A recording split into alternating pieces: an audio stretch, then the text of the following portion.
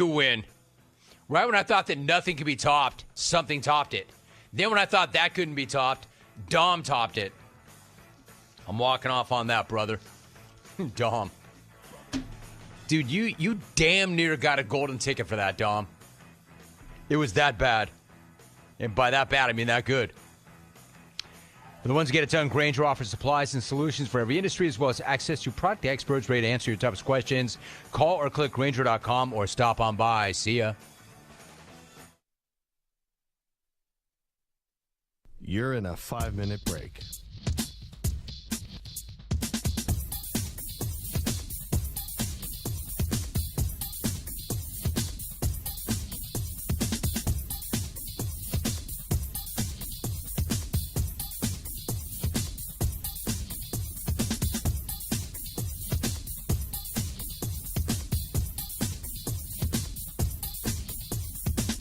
Four minutes, 30 seconds remaining.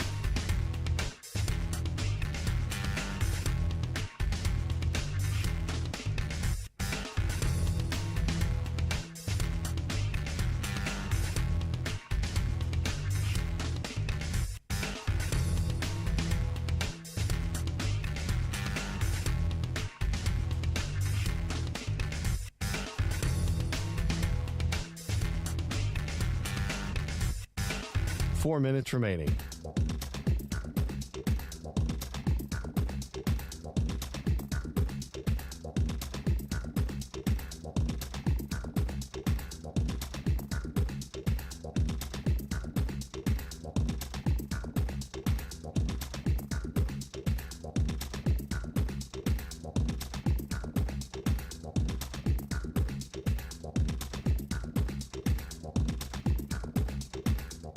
Three minutes, 30 seconds remaining.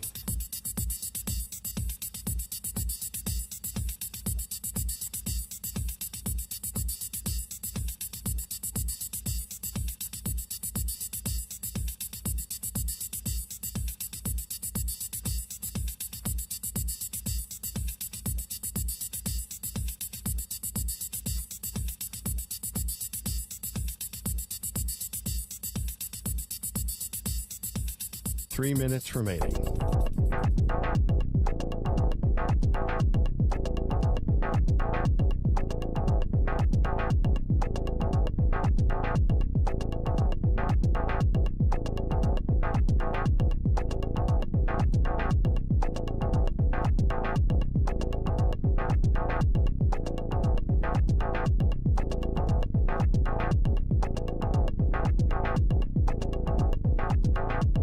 Two minutes, 30 seconds remaining.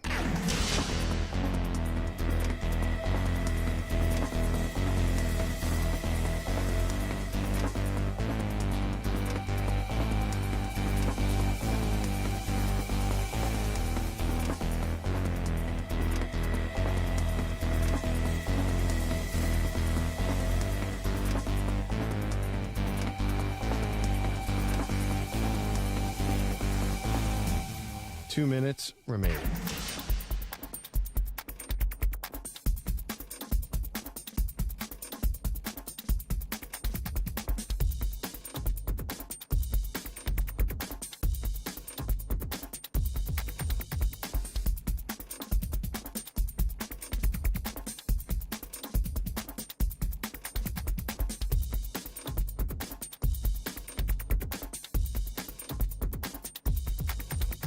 One minute, 30 seconds remaining.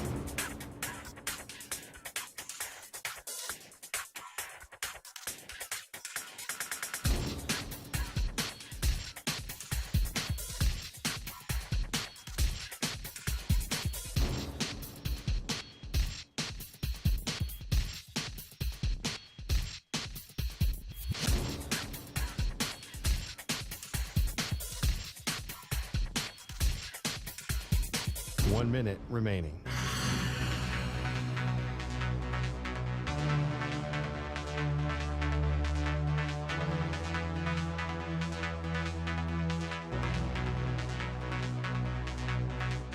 Forty-five seconds remaining.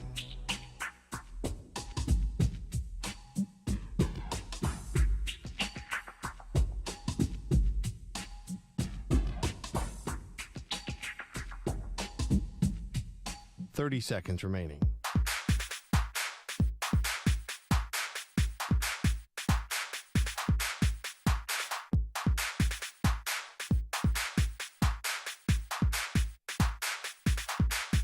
Fifteen seconds.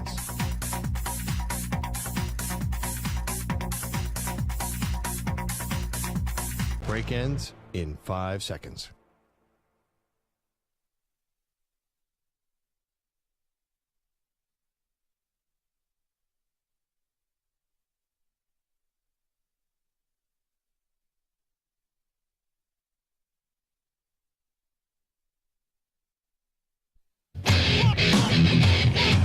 He's live. He's nationwide on CBS Sports Radio. This is the Zach Gelb Show.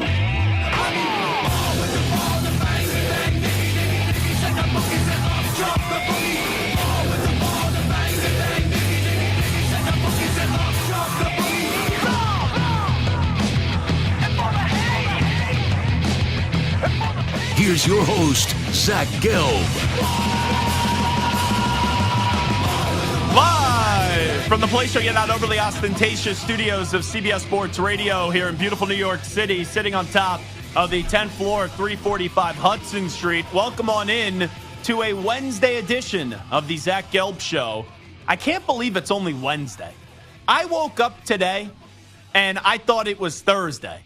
And then I looked down at my phone and I saw that it was Wednesday. But anyway, we are here across all the great local CBS Sports Radio affiliates, Sirius XM, Channel 158, the free Odyssey app, and of course streaming Monday through Friday on YouTube, youtube.com/CBS Sports Radio. 855-212-4CBS is the number to jump on in, 855-212-4227. You could always get at me on Instagram, where I'm straight flexing, or via the good old cesspool of Twitter, at Zach Gelb. That's ZACHGELB. Got Carlos Ortiz and Stuart Kovacs rocking and rolling with me all the way up until 6 p.m. Eastern, 3 p.m. Pacific. It is a Winkler Wednesday today, so Bart Winkler is going to stop by at 4:40 p.m. Eastern, 1:40 p.m. Pacific. I did not expect to lead the show today with the drama Dallas choking Cowboys, but then Jerry Jones decided to open his big fat mouth, and we always know whenever Jerry Jones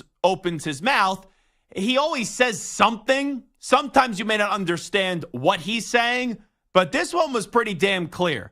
He was talking about Bill Belichick, and it all came up how Mike McCarthy's on the final year of his contract, and there was all this speculation that really started on this show, because I think I was the first one to suggest like two and a half months ago that Belichick could end up being the next head coach of the Dallas Cowboys. But then Jerry Jones gives us a quote of, "There's no doubt in my mind we could work together. None." And he was talking about Bill Belichick. Now, I understand Jerry well enough to know what he's doing.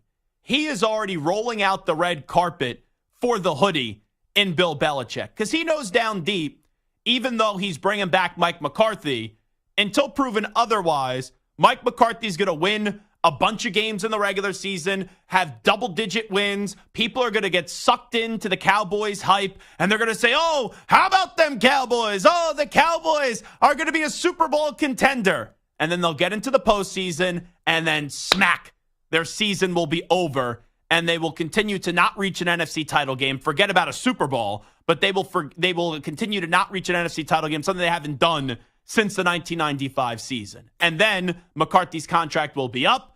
They will amicably, in that stupid term, part ways because there's no contract. They just won't give him a new contract. And then you will have Jerry say, hello, it's me. And he will call Bill Belichick. And Bill Belichick, who is looking for a job and who is not going to get a job this hiring cycle with McDonald going to the Seattle Seahawks. We'll see who ends up getting the Commander's job. It's not anticipated that it will be one Bill Belichick. So Belichick's going to be a year out of football, and next year he's going to try to get in because he's 15 wins away from breaking Don Shula's record, which I don't think is important to many people, but it is important to him. And I do believe that Belichick and Jerry Jones, in a small window, can get along, because I do believe Belichick has respect for what Jerry Jones has done in the NFL, and Jerry Jones obviously has respect for Bill Belichick. Eventually, there will be an expiration date. Eventually, you will have Belichick erupt, and he'll be fed up with all the jackassery, let's just say, inane things that Jerry Jones does and how many times he put his foot in his mouth, because all Jerry Jones cares about is the drama, is the hype, is the noise around his football team. I don't think Jerry Jones actually cares about winning a Super Bowl anymore. In terms of his preference, it's noise, it's drama, it's attention, it's hype compared to actually winning a Super Bowl. And there will be a day once Belichick comes in and coaches the Cowboys where it will be a marriage. There will be a lot of appeal to begin that marriage. But as the marriage goes on, this is not going to be a long-lasting marriage for many reasons. Belichick and Jerry Jones both aren't spring chickens anymore, but they will inevitably, when you have two alphas and two top dogs, they will clash heads. They will butt heads, and this will end with Belichick either getting fired, Belichick's contract expiring, or Belichick walking away from the drama Dallas choking Cowboys. But for Bill, you do have a team that has a lot more talent than the team that you were just coaching. You have a team that is close. And how many more appealing options are there going to be for you a year from now? Now, like, Belichick could play some mind tricks and some mind games, like Mike McCarthy. What was the one critique of Mike McCarthy? He wasn't willing to embrace analytics. And when he sat out a year, right, we had the shot of him in his home doing all the advanced scouting, saying he's a changed man. You had all these articles of these reporters because Mike McCarthy was talking to them, sucking up to Big Mike. And Mike McCarthy was saying that he's embracing analytics now. So that perception change. All Belichick has to do is go on like the NFL Network, go on ESPN, go on Fox, go on CBS, NBC, whatever it is where there's a mega audience, rub elbows with the people next to him, and actually put on somewhat of a charming face and a charming look and showing that he could adapt, he could change. And as long as you just give that presentation of it, you don't actually have to change when you get the job, but it's about getting the job. And I don't think Bill Belichick is going to go out with getting shut out of a hiring cycle. And we all know that he should have been the next head coach of the Atlanta Falcons. Arthur Blank wanted him as the next head coach, but he trusted Rich McKay more. And McKay was been in the ear for like 20 years of Arthur Blank. And I know McKay won a Super Bowl as a GM of the Tampa Bay Buccaneers many moons ago. But when you have someone that's so close in your ear, that voice does carry a lot of clout, right or wrong. And it's wrong because Arthur Blank should have trusted his gut instinct and his first instinct. Like, I'm not telling you that Raheem Morris is some bum. I think Raheem Morris was deserving of another chance to be a head coach. But it's the process in Atlanta that I thought was extremely sloppy because people in that organization objected to Bill because they knew for them, and I understand it, that within a year, they would be on the chopping block and Belichick would get his way. Because guys in the NFL, sometimes they appear to be dummies, but they're not. They know Belichick is not going to come in and be this glistening person and this charming person and is going to genuflect to guys like Terry Fontenot and other guys in that organization because Belichick has an ego and he deserves to have that ego. And he has this presence to him that I'm the man. I've won 6 Super Bowls. I won 2 other Super Bowls with the Giants as a defensive coordinator. I'm one of the brilliant minds, the most brilliant minds this game has ever seen. People call me the GOAT. So you need to get on my page. You need to do things on my terms. I don't need to get on your terms. And that's what has cost Belichick.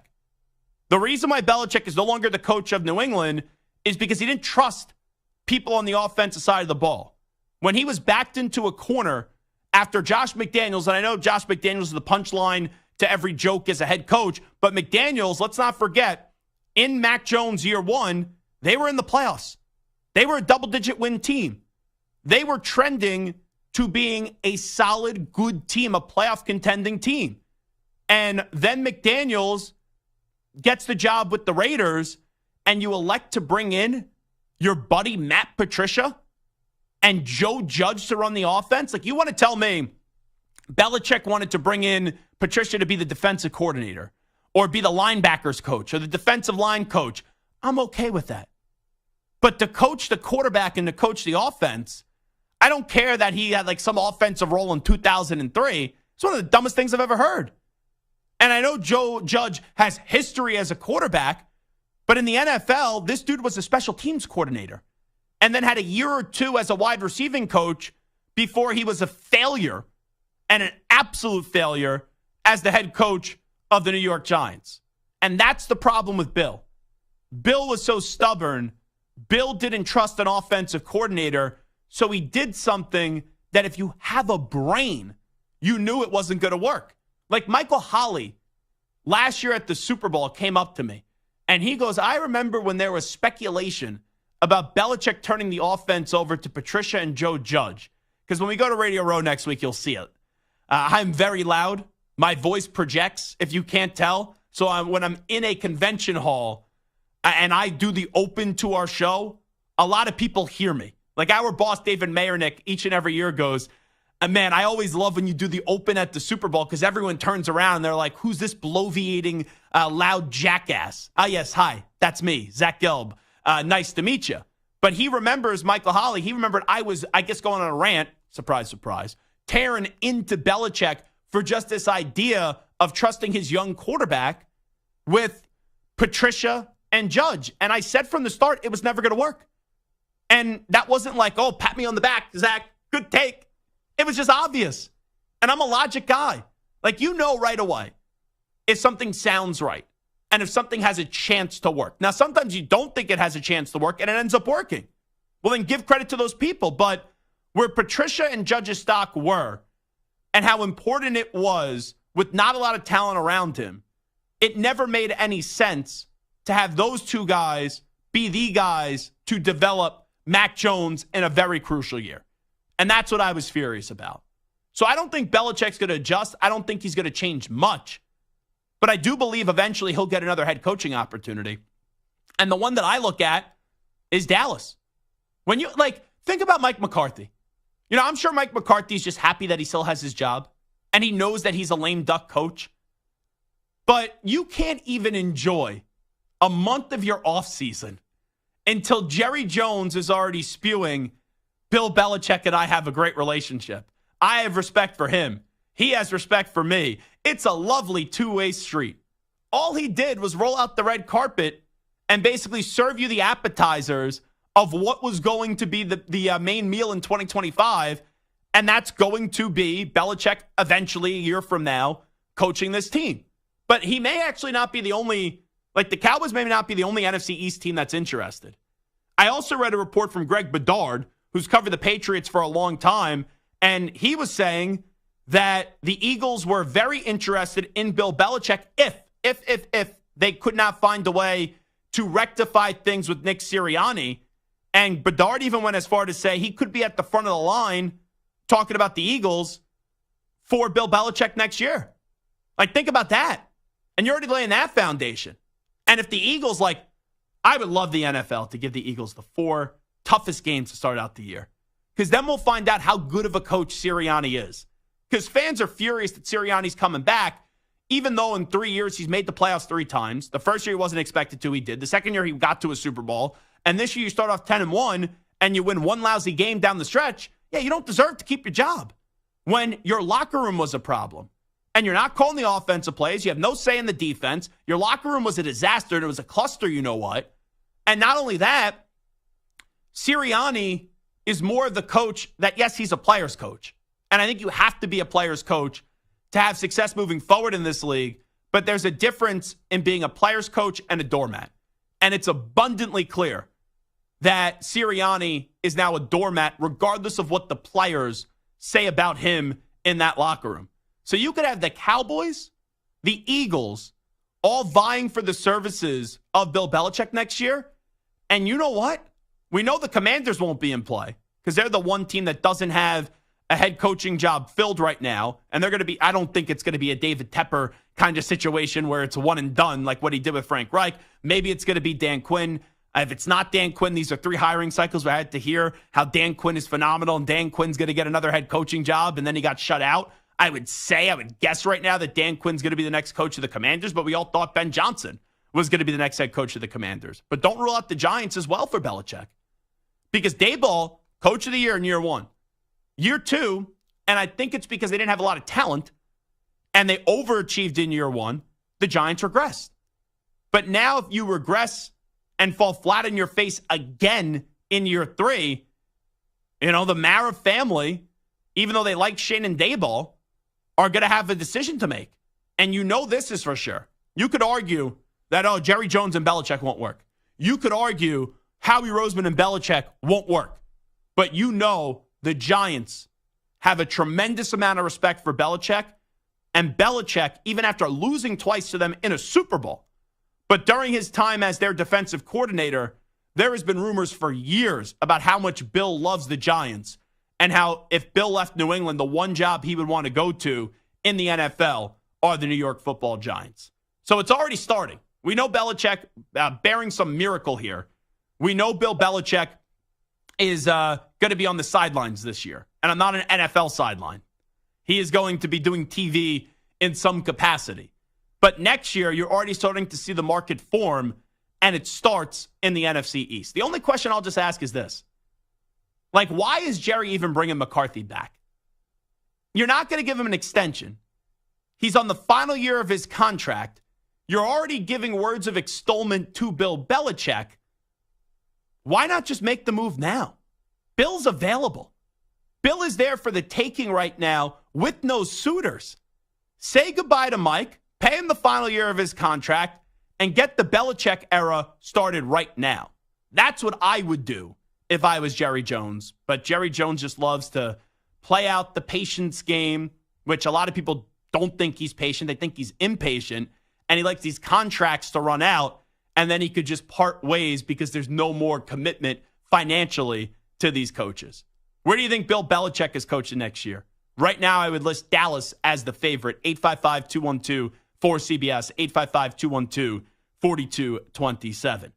We move on from the Cowboys, and we bring up the Jets next. Ay, ay, ay. What an article. That nothing really surprised you with what The Athletic had, but it shows you that even though Ringling Brothers and Barnum Bailey Circus may have shut down, the Jets are always open.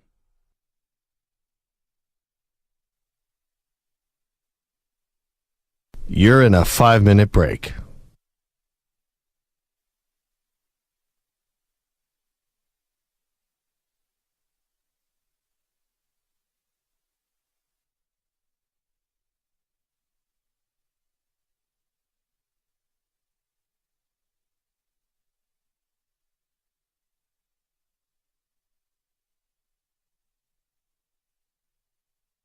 Four minutes, 30 seconds remaining.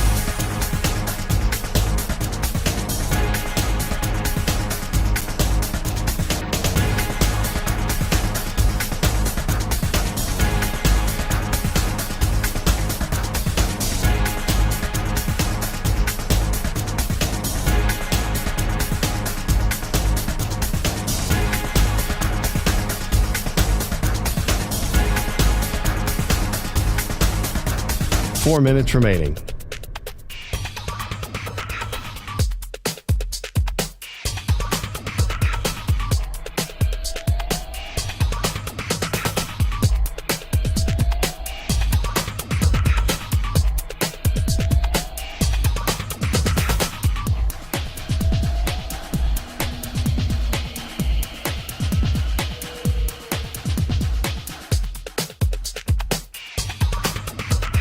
Three minutes, 30 seconds remaining.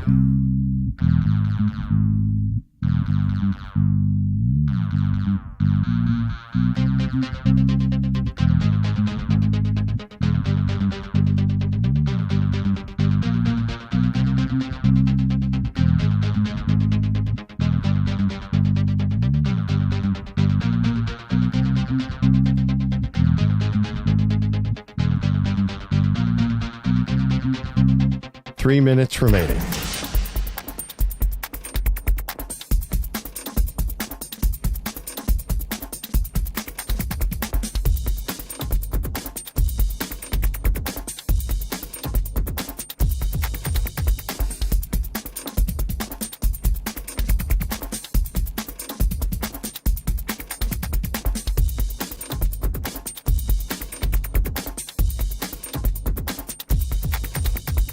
2 minutes, 30 seconds remaining.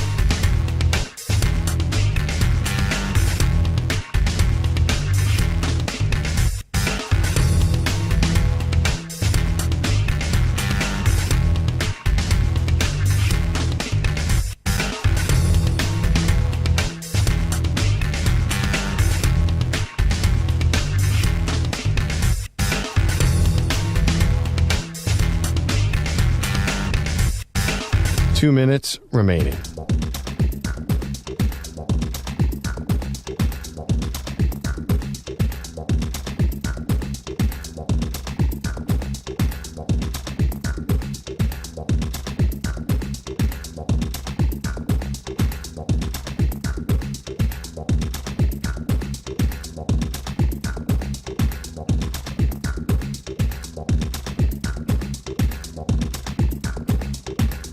One minute, 30 seconds remaining.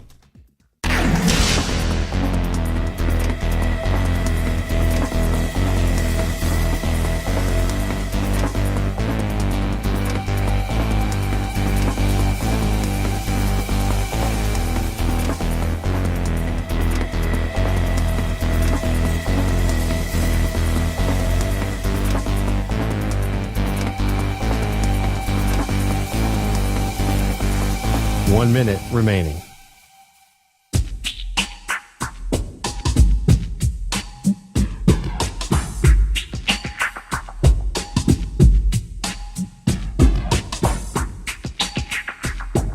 Forty-five seconds remaining.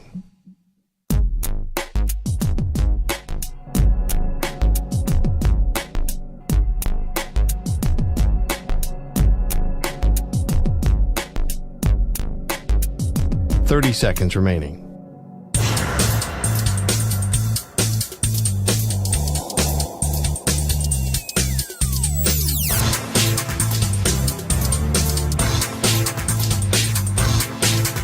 Fifteen seconds.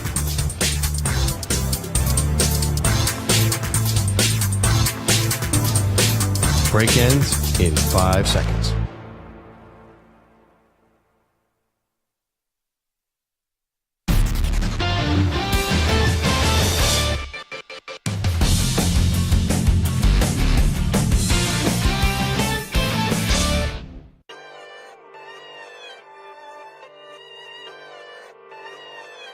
The Zach Gelb Show is on the air across the nation on CBS Sports Radio. And Trevor Lawrence, who I still think could be a really great quarterback. When you get told for 3 years, and we all have to hear about you with what you did at Clemson, and how everyone needs to tank for Trevor, and you need to be this great quarterback, you got to play better. Now, year one, you got to pass. Year two, you played really well. But this year, this team isn't taking the step forward. Jacksonville Jaguars, I had high expectations for you. Here's Zach Gelb. All righty, this is Zach Gelb Show on CBS Sports Radio. I was working out earlier this morning, doing my hour elliptical ride, and I got a text from my best friend who's a massive Jets fan, and he goes, "Did you see this article in The Athletic with Diana Rossini and Zach Rosenblatt?" And I said, "No, I have not seen it yet." You know, sometimes I see things when they drop instantly, but when this dropped instantly, I was working out. So my buddy sent me the link, and I was saying, okay, I could take a break from the music I was listening to, and I'll peruse the article and see if it's that explosive. And my takeaway from this is it's not that explosive because all this stuff has been rumored, but with the reporting done by Diana Rossini and Zach Rosenblatt, who are two really good reporters, it just confirms what was speculated or what was talked about. And I walk away from this article, and there's kind of 3 ways that you could look at this. That Robert Saleh is not fit to be the head coach of the Jets, which I think is true. Joe Douglas has no control, and Aaron Rodgers is the GM, and Joe Douglas is the assistant GM, which was said in the article. And then Nathaniel Hackett is there because of Rodgers, but he made no connection with a lot of the other members of the offensive staff and had poor game plans. And, you know, I feel like at this point with Nathaniel Hackett, it's just like beating a dead horse. So I don't really want to crush Nathaniel Hackett, but it's a bad look for him when there's been so many other coaches this year in football that have lost their quarterback, and they were at least able to have a few week stretch where it was, okay, Josh Dobbs is the guy. Like, look at what the Browns did with Joe Flacco coming off the couch and then punching you in the mouth for a few weeks with the Cleveland Browns and what they were able to do on the football field. There were enough stories this season. Heck, I know he's a good backup quarterback, but you had a first-year head coach in Shane Steichen lose his quarterback, his 4th overall pick in Anthony Richardson, and Gardner Minshew, he made a Pro Bowl. I know that it was like because 8 other guys said no, but Gardner Minshew had a solid season this year. So look at Jake Browning with the Cincinnati Bengals. Like, there's enough quarterbacks this year that were able to look serviceable, and part of that is that, yes, they're better than Zach Wilson, but also they got good coaching. And Nathaniel Hackett, I know his best coaching moment is what he did with Blake Bortles in Jacksonville. Outside of that, he's lucky that he's best friends with Aaron Rodgers. Just like how Adam Gase was lucky to get the endorsement and be friendly with Peyton Manning. So I'll read you some excerpts from this article, and I'll just go through them. They may be out of order, but it's just how I screenshotted it and what stood out to me, and I'll give you some other takeaways. So Saleh, his phone background is the photo of Aaron Rodgers running out onto the field with the American flag, which, okay, that's fine to have that as your background, but he uses that as his background to remind people about what the Jets could have been in 2023. And that's the whole impetus of the entire article. The Jets, the entire season, were just saying, what could have been? What should have been? Injuries happen. It stinks when injuries happen. I know the Patriots were coming off an 18-1 season. They lost Tom Brady. Matt Castle won 11 games. I'm not saying that the Jets needed to be this force, but you had enough talent on that team to at least be serviceable. And the Jets weren't that. And it's because there was a failure of leadership from Saleh to Hackett to Douglas, and they never thought about the possibility of Rodgers getting hurt. And Douglas, shame on him, he was in Philly when they had Nick Foles that replaced Carson Wentz and they won a Super Bowl. So the whole approach of the Jets organization before the season and then during the season, in terms of having a plan of what happens if Rodgers gets hurt or what do you do now that Rodgers did get hurt, it was absolutely laughable because I think these guys were so depressed and they were dragging their feet, and I get it. But eventually, like, they put the ball down the next week and they play the games. And you got to have a pulse. And those guys in this article clearly were just weeping still over not having Aaron Rodgers. More from this article. It's just a bleeping mess. One Jets coach said, something has to change. So this says it's a coach. I don't know who the coach is. I don't know offensive side of the ball, defensive side of the ball. I do not know. But I do find it just very peculiar. Like very Larry David interesting. When the Jets today have mutually agreed to part ways, assistant general manager Rex Hogan, they got rid of him. Now, I don't know much about Rex, but everyone's praising Rex today. Oh, this is shocking. Oh, he's a brilliant mind. Well, maybe he was the rat. Maybe he was the leak to a lot of this, and they found out that it was Rex. I don't know. I'm just assuming. I don't think it's just a coincidence that this article comes out, and then today they've mutually agreed to part ways with their assistant general manager, who's everyone is pretty positive about. So more on this. It's not uncommon for a team decision maker to consult star quarterbacks on potential roster additions. But the perception around the league was the Jets went beyond the norm. Rodgers isn't the assistant GM, one AFC general manager said. Joe Douglas is the assistant general manager. Now, I have said for the entirety of this year that when Kevin Durant was in Brooklyn, it was very similar to Aaron Rodgers being with the Jets, where Aaron Rodgers is the owner, the president, the general manager, the coach, and the quarterback of the Jets. Rodgers wanted this. In Green Bay, he thought he should have had more input on the roster. And what a lot of people missed at that press conference that he gave a few years ago, all the players that he was advocating for that he thought got mistreated by the Green Bay Packers organization, none of them did anything once they left Green Bay. And don't get me wrong, there is a relationship that needs to form between a coach, a general manager, and a quarterback. Because we all know how important the quarterback is. The quarterback should have some input. But there's a reason why the quarterback is the quarterback and he's not the general manager.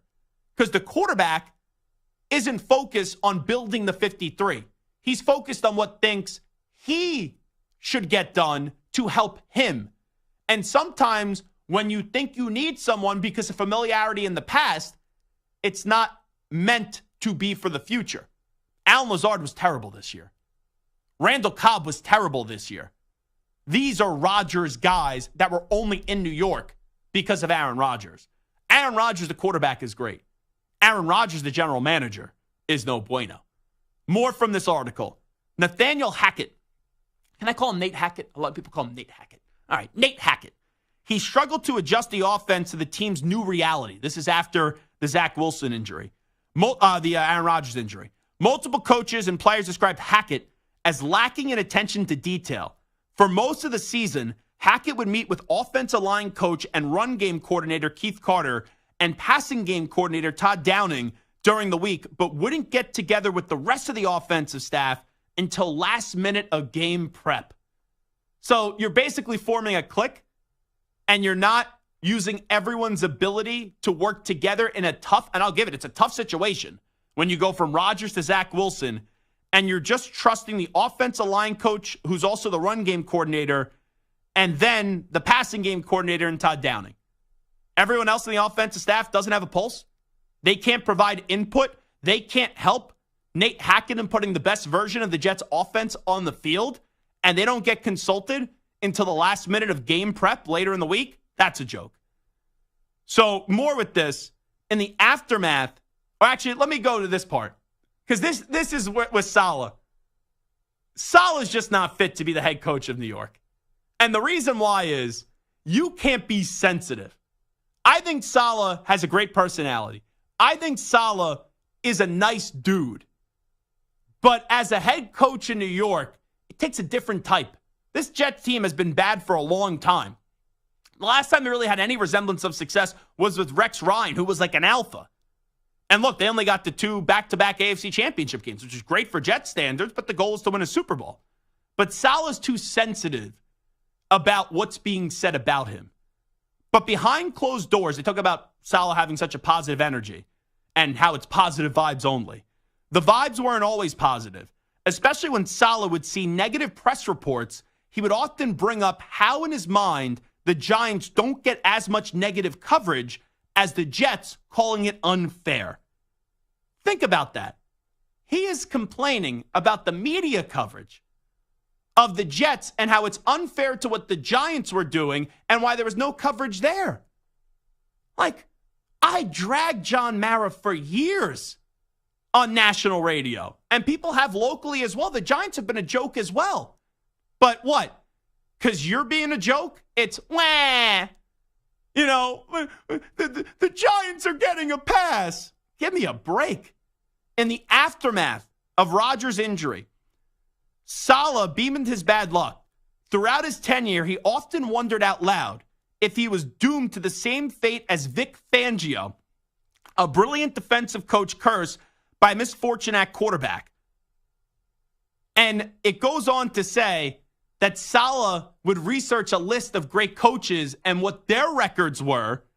Coaches like Belichick, McCarthy, John Harbaugh, Zach Taylor, Mike McDaniel, Kyle Shanahan, and Sean McVay all had losing records in those situations when they were without their star quarterback, and Mike Tomlin was the lone exception to that.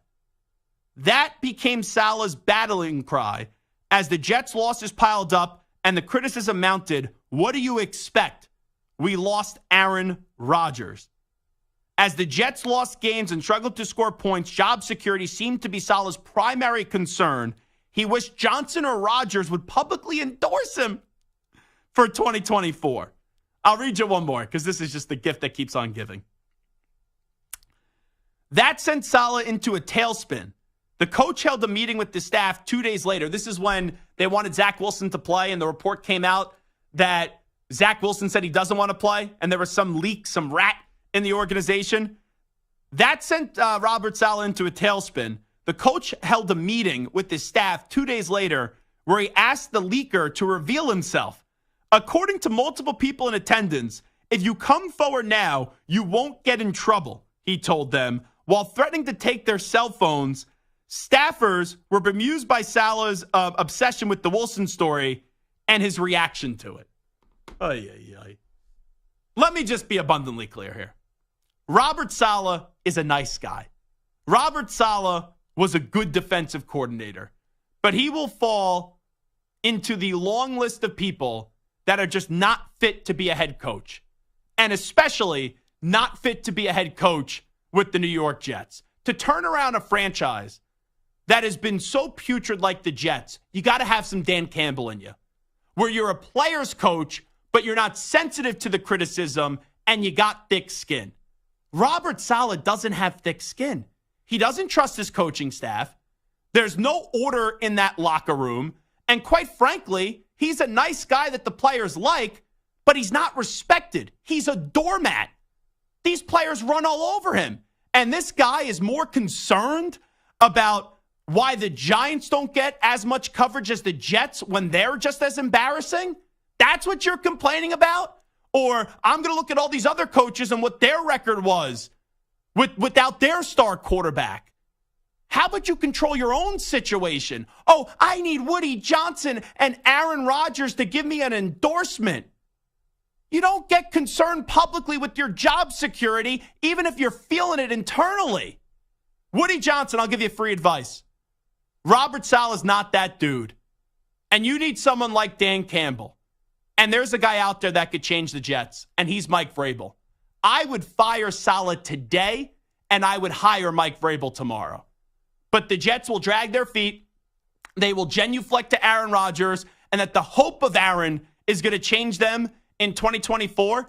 And even if they're better in 2024, this ain't going to result in a championship because they can't even protect Aaron Rodgers, for crying out loud. I understand you got to do some things to appease Rodgers, but you got to get control of your organization, and you got to start thinking about your future because Rodgers is only going to play for another year or two. So go bring in Mike Vrabel now to get set for your future with life without Aaron Rodgers.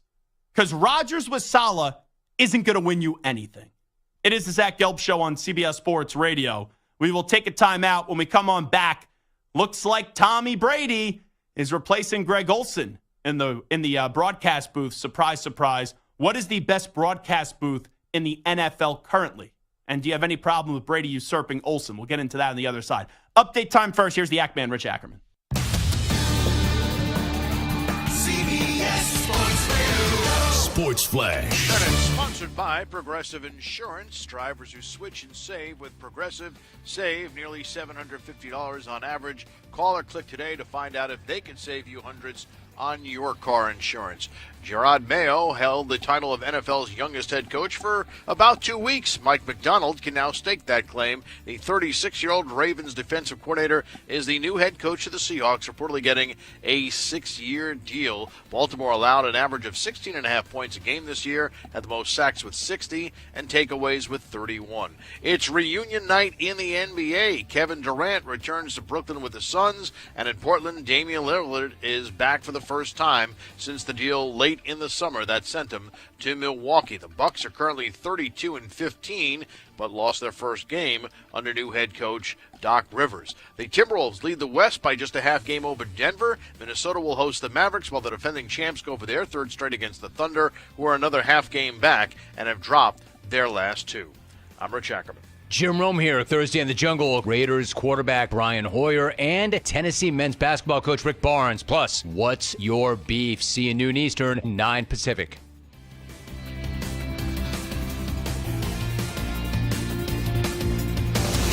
CBS Sports Radio.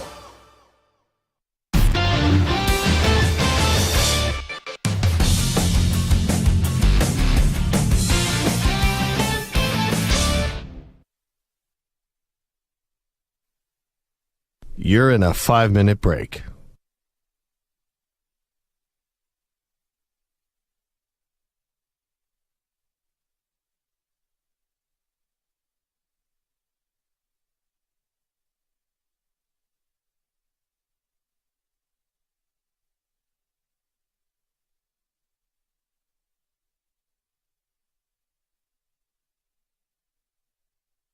Four minutes, 30 seconds remaining.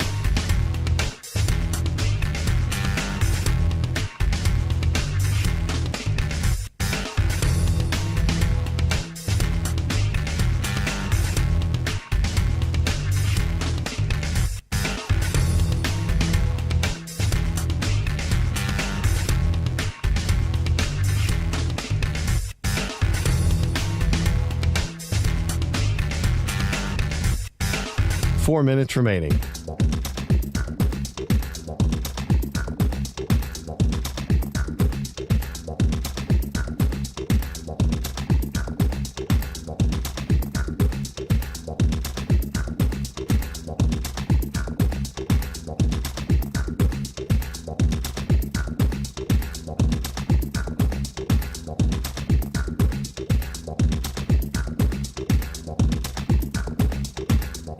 Three minutes, 30 seconds remaining.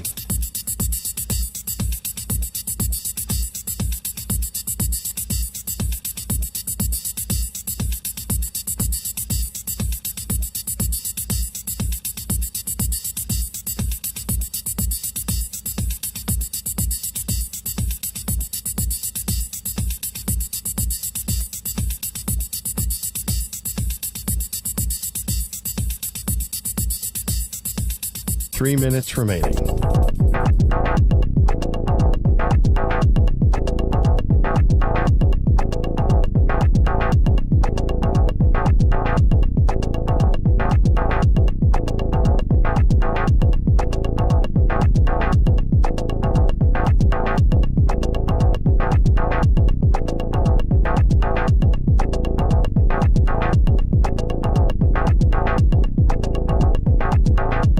Two minutes, 30 seconds remaining.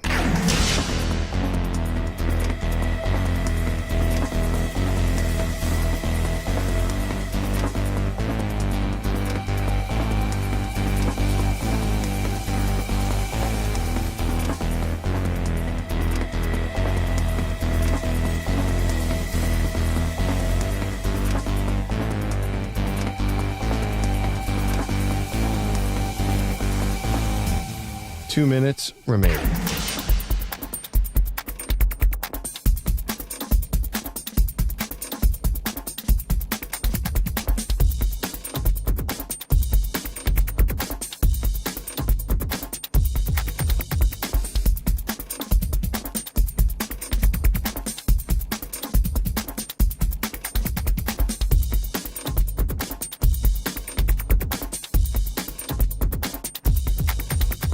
One minute, 30 seconds remaining.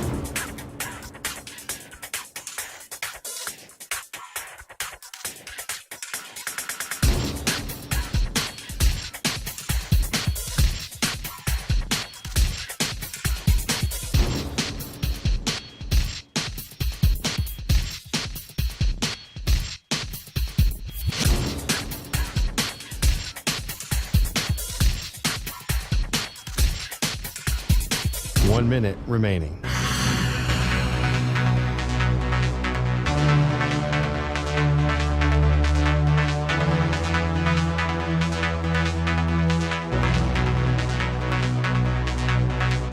Forty-five seconds remaining.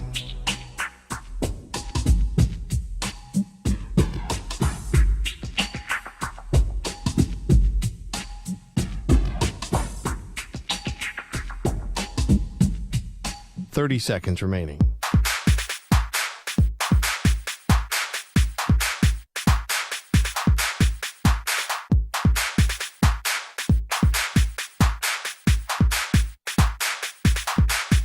Fifteen seconds.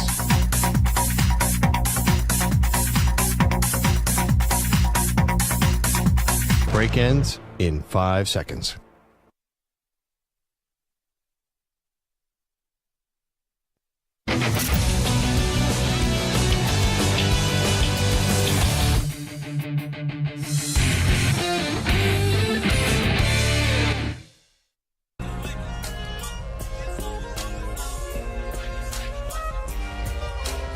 The Zach Gelb Show is on the air across the nation on CBS Sports Radio. Here's Zach Gelb.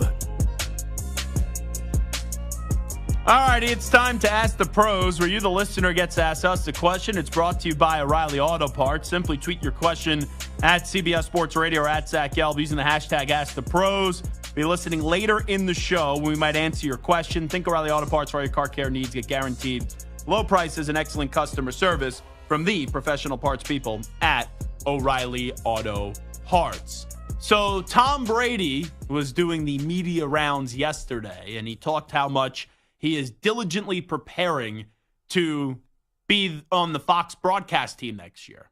And the assumption is, and everyone knows this, that Greg Olson's going to be off the number one team. Now, we don't know if Greg Olson is going to stay with Fox or if Greg Olson is going to go somewhere else and maybe get out of whatever his current deal is with Fox. Because I read that right now, Greg Olson, being on the number one team, makes $10 million a year. And if he goes off the number one team, his salary gets reduced to like $3 million. Now, that's a big reduction. And Carlos gives me like a look right now that there is some smell and some like smell of feces in the studio when he hears that. But still, yeah, I know that he made a lot of money in his NFL career, Greg Olson. It pales into comparison how much money Tom Brady made. But you're getting paid $3 million to not even be the number one broadcaster? And you have to work, 17 or 18 weekends out of the year? Because the way that works is those announcers, right, the big broadcasters, they fly in on Friday, they fly in Thursday night, they do their meetings on Friday, they do their meetings on Saturday with the teams, and then they call the games on Sunday. Even though, like, everyone now has sympathy for Greg Olson, and yeah, you don't want to get your salary reduced, but it's getting reduced from $10 million to $3 million. Yeah, it stinks for Greg Olson, and Greg Olson's been a good broadcaster, but to get paid still $3 million for 17, 18 working weeks out of the year, let's just call it 20. You know, I'm not playing the small violin for Greg Olson. And I know there's going to be a lot of people that go, but Tom Brady has no broadcasting experience. And this isn't right. Greg Olson is phenomenal. Now, all those things are true. Greg Olson's a stud in the booth. But let's pump the brakes in saying he's John Madden, all right? Let's slow down there a little bit. The guy is a really good broadcaster. I always love my conversations with Greg Olson. I think he's an entertaining, compelling voice calling the games. He has been sensational. But he's not John Madden, all right? You know, Greg Olson was a good football player. He ain't Tom Brady. And that's the thing here. Fox is making a lucrative gamble because they have something right now that's working. They have something right now that is solid. And sure, Greg Olson is a name, but he's not the name appeal of what John Madden was, what Troy Aikman is, right, who Fox lost to ESPN with Buck and Aikman. And he's a very good broadcaster. That's a solid name. But what happens if Tom Brady's a kick-ass broadcaster? And I don't know if he is. But Fox would be foolish to not roll the dice and take the risk, even though it's going to cost them like nearly $400 million, but it's their money, not mine. Because let's say Brady is a rock star. Let's say Brady is really damn good. That's the greatest quarterback of all time commenting on your marquee game each and every week. Think about it as a viewer. And I know some people don't care who the broadcasters are. But think about, as a viewer, you could get Tom Brady's perspective each and every weekend on one game. Now, Brady has to be honest. Brady has to be critical. I'm sure there will be some rookie bumps along the way. But I heard 2 interviews yesterday that Brady did. One with McAfee and one with Coward. And in both those interviews, I think he said it 1,000 times, how much preparation he's been doing this year.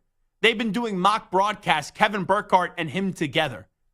I don't think this is Brady just taking a paycheck and Brady wants to get embarrassed and Brady's going to suck. Like, I just don't think that. Tom Brady's been elite at everything he does. Even if he's not great, I still think bare minimum he's going to be good in the broadcast booth. I got to think he's going to be good. And no offense to Greg Olsen. Heck, I texted Greg Olsen today. I tried to get him on the show later on this week. After this segment, he may not come on. Who knows? But whatever. But the upside of Brady exceeds what you have now with Greg Olsen just because of who the name Tom Brady is. And guess what? If Brady flops, if Brady sucks, if Brady's terrible, then you're going to have to make a decision 2-3 years from now to get rid of Tom Brady and who you're going to find. And Greg Olsen still may be there. And guess what? If Greg Olsen isn't there, there will be a bunch of broadcasters that will be good enough to do the gig. That's the thing with these broadcast teams. We try to make it that it's a bigger deal than what it actually is. People try to think that there is this formula and that there is this creative and methodical formula into making broadcasting work. We're not reinventing the wheel here, folks. Be opinionated, have passion, have a personality, be critical, and entertain. That's all you have to do. This is not brain surgery, all right? This is not open heart surgery broadcasting. I know sometimes there's broadcasters with big egos that think every word that they say is changing people's lives, all right? You're calling football games. Pretend like this is your buddies at the bar. You can't curse, you be critical, and you use your experiences to tell us what to say. And Greg Olsen's been very good. I think Greg Olsen should be calling games for the next 20 years on Sundays. But when you have a chance to get Tom freaking Brady, I'm taking the gamble regardless of how much money it costs me because of the upside of what Brady can be and knowing what his name means. The name of Tom Brady, quite frankly, just means more than the name of Greg Olsen. It doesn't mean that Brady's going to be a better broadcaster, but it's a risk worth taking, and Greg Olsen knew all this was in the works. It's been in the works the last 2 years. So this isn't surprise, where now Greg Olsen is this victim, and we have to play the small violin for one Greg Olsen. Now, real quickly, I'm just wondering, out of the major broadcasting networks, NBC, CBS, ESPN, and Fox, who do you think is the best booth right now in the NFL? Because I think there's one, and it's not always where the play-by-play guy is equal to the color commentator. But in this case, I think they're both equal. And that's what makes them the best booth. Carlos, who do you think is the best broadcasting booth permanently? I'll put you on the spot there. Yeah, it's a hell of a spot to be put in. I'm going to go with just on equal footing Tirico and Collinsworth. And I know a lot of people have been kind of out on Collinsworth lately. I like the slide-ins. But I do like, I missed the slide, but I there's a mutual respect between the two, and you can tell they both enjoy working with each other in the broadcast, so I'll go with the NBC crew. Okay, Stu, what do you got? Yeah, that was honestly going to be mine, too. Really? Are we not including Buck and Aikman in this? We're just including the major... No, Buck and Aikman's that's a major network, yeah, ESPN, because that's my choice. Yeah, I'm going to say Buck and Aikman, and then... Joe Buck is a creme de la creme broadcaster, and Aikman is phenomenal. And Aikman, let's just be real, has a bigger name than Chris Collinsworth. That broadcast booth just has so much chemistry, so much synergy, and they're still a fun listen 20-something years later. They're great, the two of them together. They really are. I think that is the best out of the number one broadcast booth, out of the 18 broadcast booths. When you look at Nance and Romo, when you look at Tirico and Collinsworth, when, who am I missing there? Fox, Burkhardt, and now Olsen. And now it's going to be Burkhardt and Brady, but we don't know what Brady sounds like. When I look at those booths, I think the best one is Buck and then also Aikman. And I actually agree with you guys. I like even though Collinsworth, sometimes you feel like he's holding back on his opinion a little bit. I do think Tirico and Collinsworth is a really good broadcast booth. Oh, and I guess you could also consider Al Michaels and Kirk Herbstreit. They are a major, right, broadcast booth streaming, but as much of a legend that Al Michaels is, and he's right a Mount Rushmore of broadcasters, energy's been lacking these days. Seems like some of those Amazon Prime games are putting him to sleep. Zach Gelb Show, CBS Sports Radio. The Seahawks have their new head coach. Do you like this hire? We'll discuss next. 855-212 for CBS. 855-212-4227.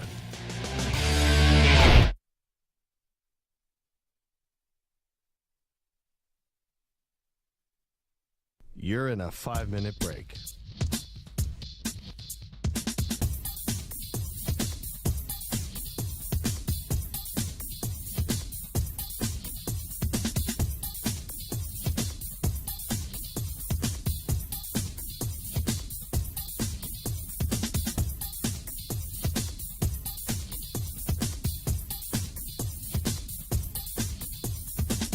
Four minutes, 30 seconds remaining.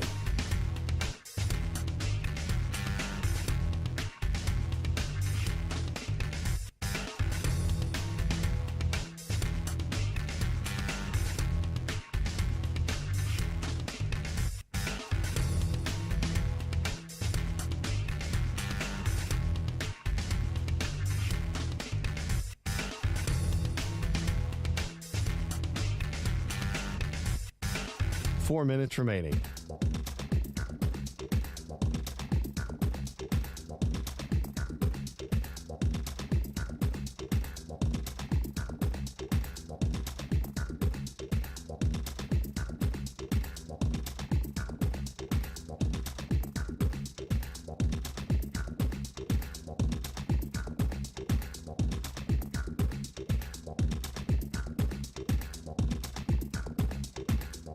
Three minutes, 30 seconds remaining.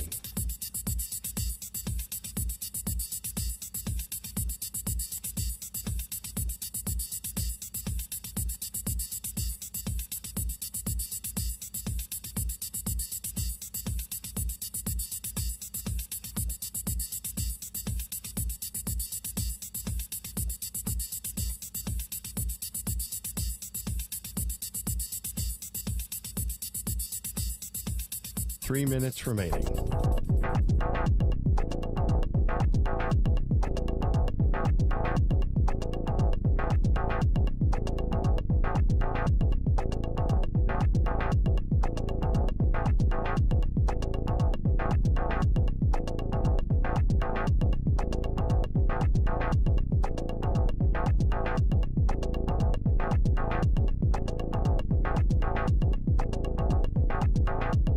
Two minutes, 30 seconds remaining.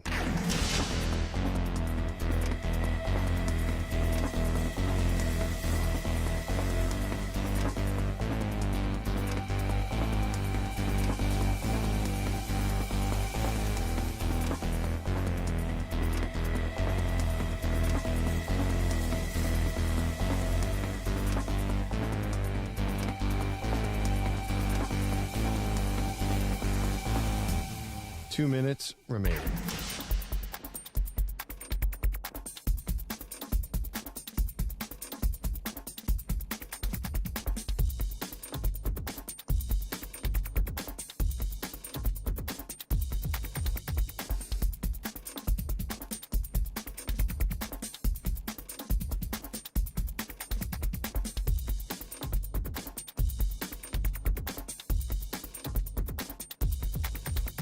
One minute, 30 seconds remaining.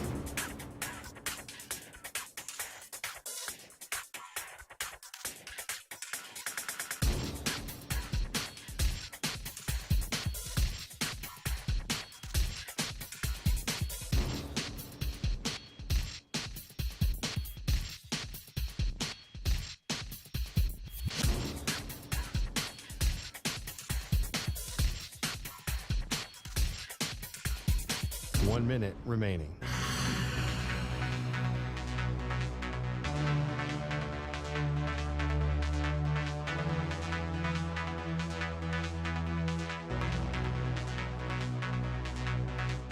Forty-five seconds remaining.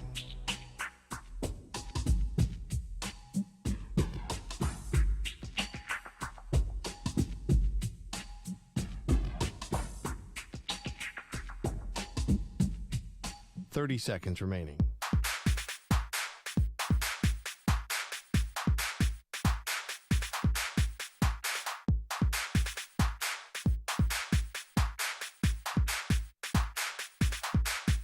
Fifteen seconds.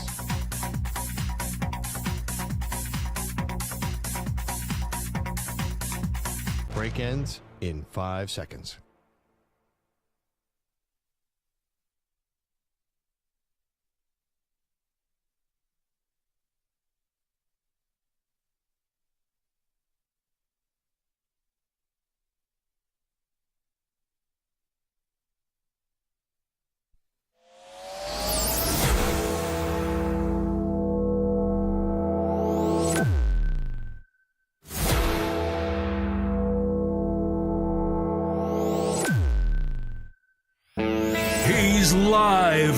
He's nationwide on CBS Sports Radio. This is the Zach Gelb Show. We have one more head coaching vacancy, and we got to figure out what's going to happen. One vacancy is left. It is the Zach Gelb Show on CBS Sports Radio, and it's kind of crazy with Mike Macdonald getting hired today as the new head football coach of the Seattle Seahawks. I'll give you a reaction to that in just a bit. How the Commanders are still the last team standing. And you could change the owner, who needed to be changed. Daniel Snyder was a pig, and thankfully they brought in Josh Harris. You got a respected, hot commodity in as your new general manager. I'm not a radio host that pretends to tell you when I don't know things and just try to talk in circles and give you all this information that I've just read from other articles. Peters may be a rock star. How many times have you heard that there's a hot commodity in the GM world and then he gets there and he can't do anything? Like Joe Douglas, for example, a rock star with what he did with the Ravens, what he did with the Philadelphia Eagles. And with the Jets, it's been a bunch of years now and he still hasn't fixed their offensive line. But there's so much positive momentum brewing with the Commanders. New GM, you have a new owner, you have the second pick in the draft. And they're still the team that got stood up by their date at the dance. And now it's like, okay, who are you going home with? Who are you pivoting to? Because you were supposed to get the 10 out of 10 candidate, where for no experience, because they didn't want Belichick, they didn't want Vrabel, they didn't want Pete Carroll. It seems like they didn't want Jim Harbaugh. For whatever the reasons were, they wanted something new. And they wanted something that was getting praised around the league as what would have been a sensational hire in Ben Johnson. But Ben Johnson, and you could believe the Adam Schefter stuff, that maybe he was asking for too much money. You remember the Josina Anderson report that he was asking like in the $15 million a year range, which I always just thought, because of knowing the Ben Johnson history, that was just to kind of make David Tepper offer him a check that he couldn't refuse. Because Johnson last year pulled out of the Panthers job and said, nope, I'm staying in Detroit. And I'm not taking the Carolina job. And a lot of people thought Tepper wanted Ben Johnson. And I thought that was Johnson really being smart. And I know what the narrative is with David Tepper. I know how ugly David Tepper has been. So let's have this report from my agent or himself floated out to Josina Anderson that he wants $15 million a year, because or maybe it was a rival owner that was even like, we know Tepper will pay this rookie head coach $15 million a year. Let's put this perception out there that the price was $15 million, so he'd be the only one to match it. Because say what you want, when you have no experience as a head coach, giving someone a 6-7 year deal or guaranteeing them $15 million a year, that's pretty bold. And it upsets a lot of other owners. But Tepper is weak right now. Tepper doesn't know the difference between his elbow and his behind, let's just say. And he would probably, you would have thought, been desperate to give Ben Johnson that. But then even Tepper kind of got humbled in this process, which I don't know if he's actually humbled. But he had to promote from within with Dan Morgan, the general manager. And then Dan Morgan had a relationship with Dave Canales, who no other team, and I'm not saying Dave Canales shouldn't eventually be a head coach one day. Dave Canales did a good job in Seattle with Geno Smith. He did a heck of a job this year with Baker Mayfield with the Tampa Bay Buccaneers. But that wasn't a big name in the hiring cycle, but it was going to be what was going to lead the Panthers into getting their next head coach, someone that had a new connection with the general manager, and someone that, quite frankly, probably wasn't going to get hired anywhere else.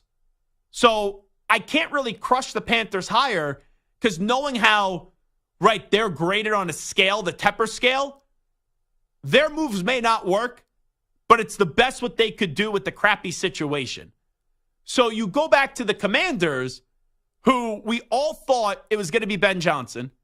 And then for whatever the reasons were in the last 24 hours, Ben Johnson says he's staying with the Detroit Lions. And I find it funny. For the last 2 weeks, every Tom, Dick, and Harry that covers the NFL, and I'll even throw my hand up here, and I thought it was a foregone conclusion, Ben Johnson to the Commanders. And then we have all these insiders After Johnson says, I'm staying with the Lions, wow, clearly it wasn't as much of a lock as everyone thought it was. And I heard from my sources that was the case the last week. Well, why didn't you report that? Why didn't you say that? It's a you-know-what swinging contest. Oh, I was wrong, but I just can't admit I was wrong. So now I got to pretend like I'm in the know, where a lot of these guys are in the know, but everyone thought one thing was going to happen. So when everyone thought one thing was going to happen with the Commanders getting Ben Johnson and it doesn't happen, why can't you just say we were all wrong on it? Why can't you just say, oh, it didn't happen, and Ben Johnson, for whatever the reasons were, find out what the reasons were, shocked us all, instead of, well, clearly, sources told me leading up to this announcement that it wasn't a foregone conclusion like everyone else thought it was. Like, come on. Such a bunch of bull crap. It really is. So Johnson is back to the Lions as their offensive coordinator. And really, the Commanders are the team that you thought were going to have a hot date to the dance. And now it's like, okay, who's going to be our rebound? Who's going to be the person that makes us feel better after getting rejected from Ben Johnson? And everyone else is walking home from the dance with someone, and you're still sitting there, and you're getting nervous. You're tapping your glass, and you're saying, who else is still here? And it looks like it's going to be Dan Quinn. Where Dan Quinn is deserving of another opportunity, I still don't know if Dan Quinn just has the greatest agent in the world or teams are actually interested in him. Because the last 3 years, all I've heard about is Dan Quinn is this hot commodity. Dan Quinn is someone that people really want to be their head coach, and then he never gets a job. So I guess the Commanders are going to hire Dan Quinn. And it's not a bad hire, but it's not a great hire. It would be an underwhelming hire. But it's funny, with all the changes with the Commanders, they still get screwed. They still get left out of the party. They still get left out of the fun.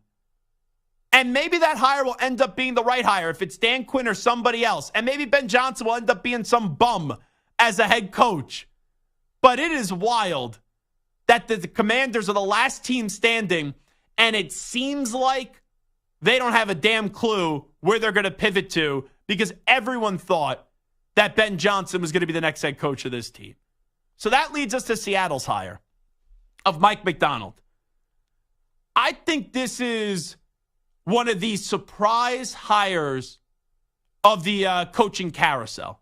Like, you go through it, Mayo to New England made sense. Antonio Pierce staying with the Raiders made sense.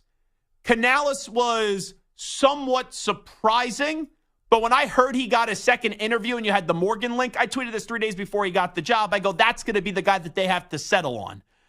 Callahan going to Tennessee, I think that they're just trying to find some lightning in the bottle on the offensive side of the ball, and they're rebuilding, and Mike Vrabel didn't want to be the coach there anymore. Raheem Morris landing in Atlanta. Raheem Morris is deserving of a second opportunity. It was just a sloppy process by the Falcons because Blank wanted Bill Belichick, but everyone else in the organization knew that their jobs would be on the line if Bill was brought in. So that's why Arthur Blank didn't end up going with Bill Belichick. So you go through all these hires, and like you could eventually see why they happened. Mike Macdonald does not, I don't think it's a bad hire, right? The guy just ran a great defense the last few seasons ever since coming over from Michigan, right? Has the connection with the Harbaugh family. He's only 36 years old. And Mike Macdonald now is going to be a head coach. And I don't know if he's going to be this great head coach, but what Seattle is telling you is they're trying to get back to their Legion of Boom days, where they're dominant on defense and then they'll figure the offense out. Because the last few years, that defense under Pete Carroll has not been magnificent. And Pete Carroll, I think, was flirting with retirement, then at the end of the year didn't want to retire. And I didn't know that he was flirting with retirement. These are just things that I've read. And then he wanted to stay as the head coach, but the organization already, I think, got in the mindset of life without Pete Carroll as the head coach. And when he tried to make that last stand to be the coach, the organization already made their decision to move on from him. So the idea of bringing Mike Macdonald right now on the surface does not appear to be an upgrade over Pete Carroll. And it's like, they took a big step back. But what the Seahawks are doing right now is they're realizing if Pete Carroll continued to coach this team wasn't going to be a Super Bowl contender again. And in all likelihood, the days of Pete Carroll getting the Seattle Seahawks to another Super Bowl were not going to be in their favor. So you reset the organization with a good foundation. Like you have Tyler Lockett, you have DK Metcalf, you have Jackson Smith and Jigba, you have some emerging names in the secondary right now, and Geno Smith is there. Geno Smith is solid, but he's not the long-term answer for the Seattle Seahawks.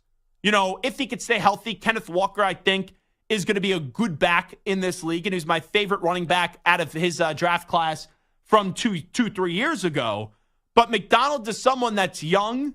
He had a lot of success in Baltimore, and maybe he's that new mold of coach where the new mold of coach is a Dan Campbell.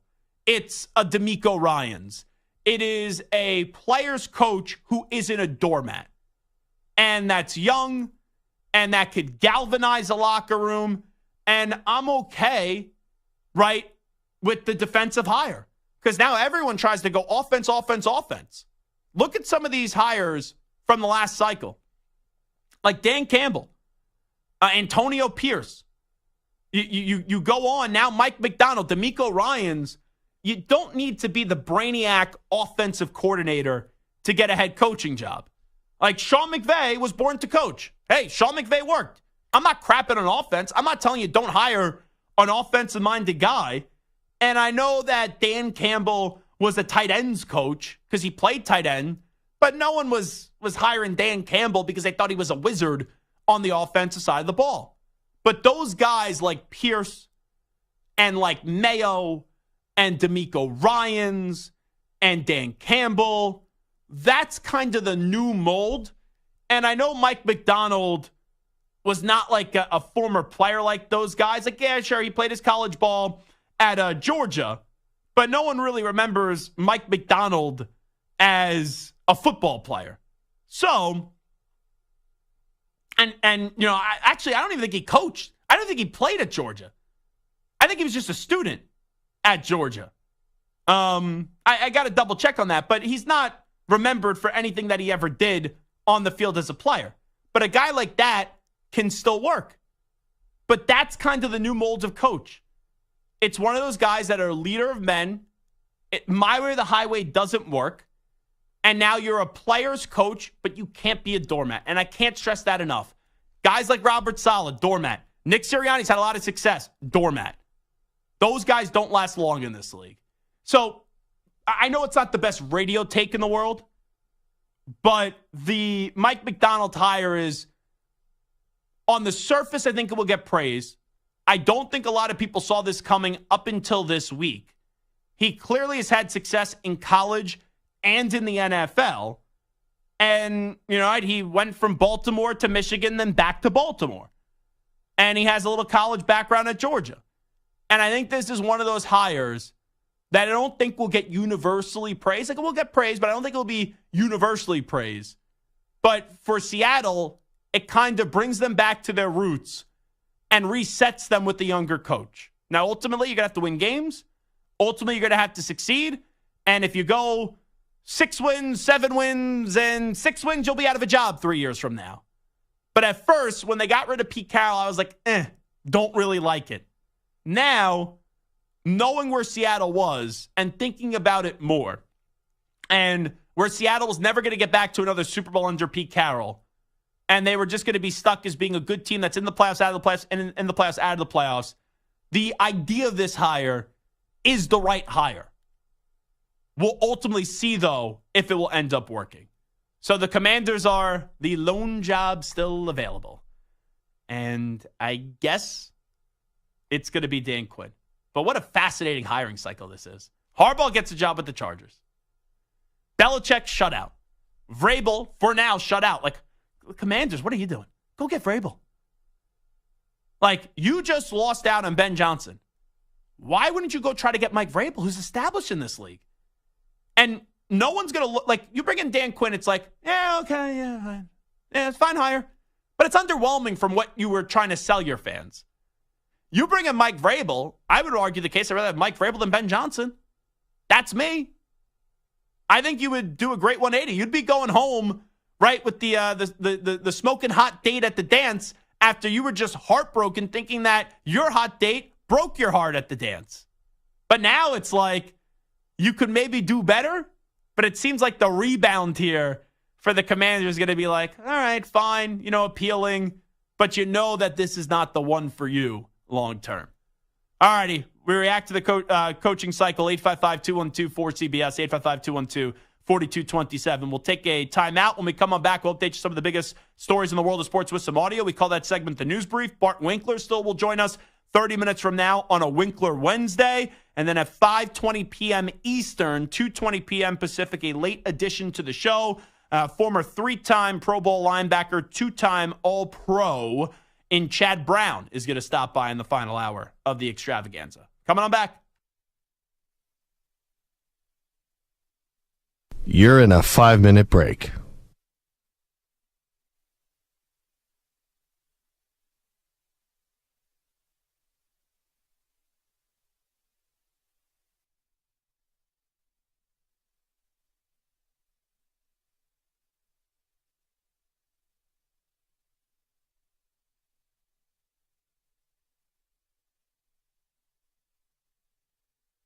Four minutes, 30 seconds remaining.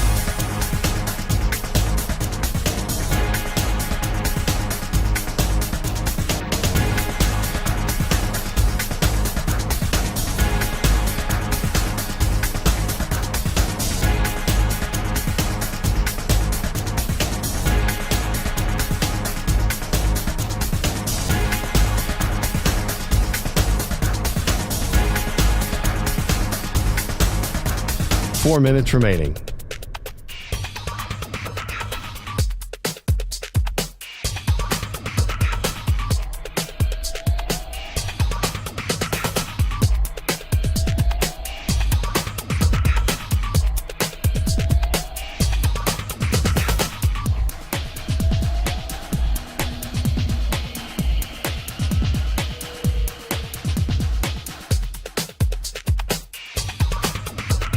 Three minutes, 30 seconds remaining.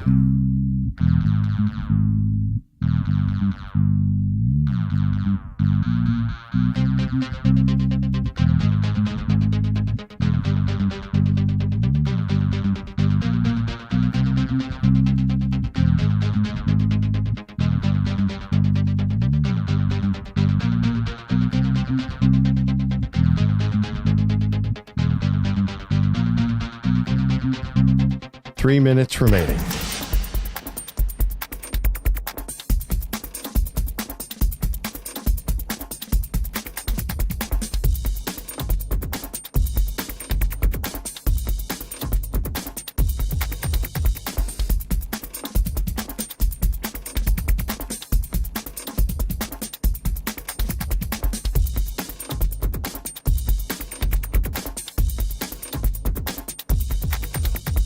Two minutes, 30 seconds remaining.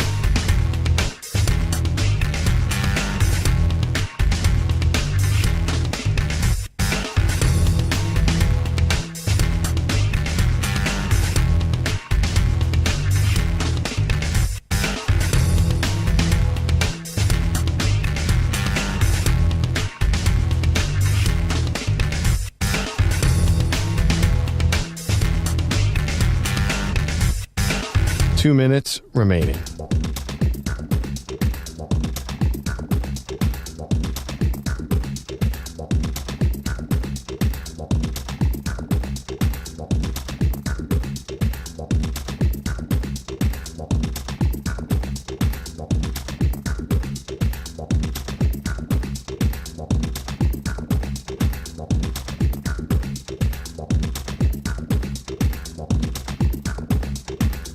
One minute, 30 seconds remaining.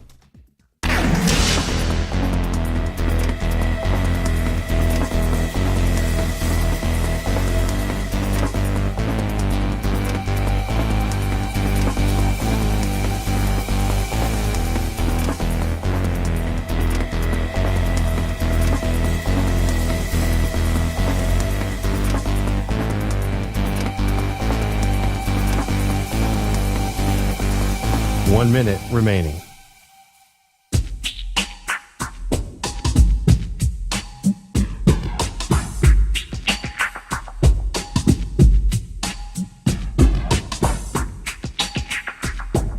45 seconds remaining.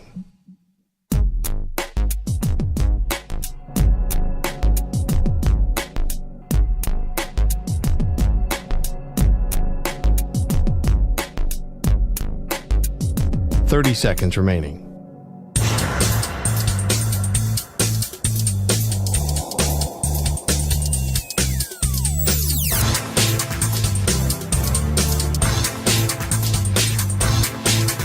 Fifteen seconds.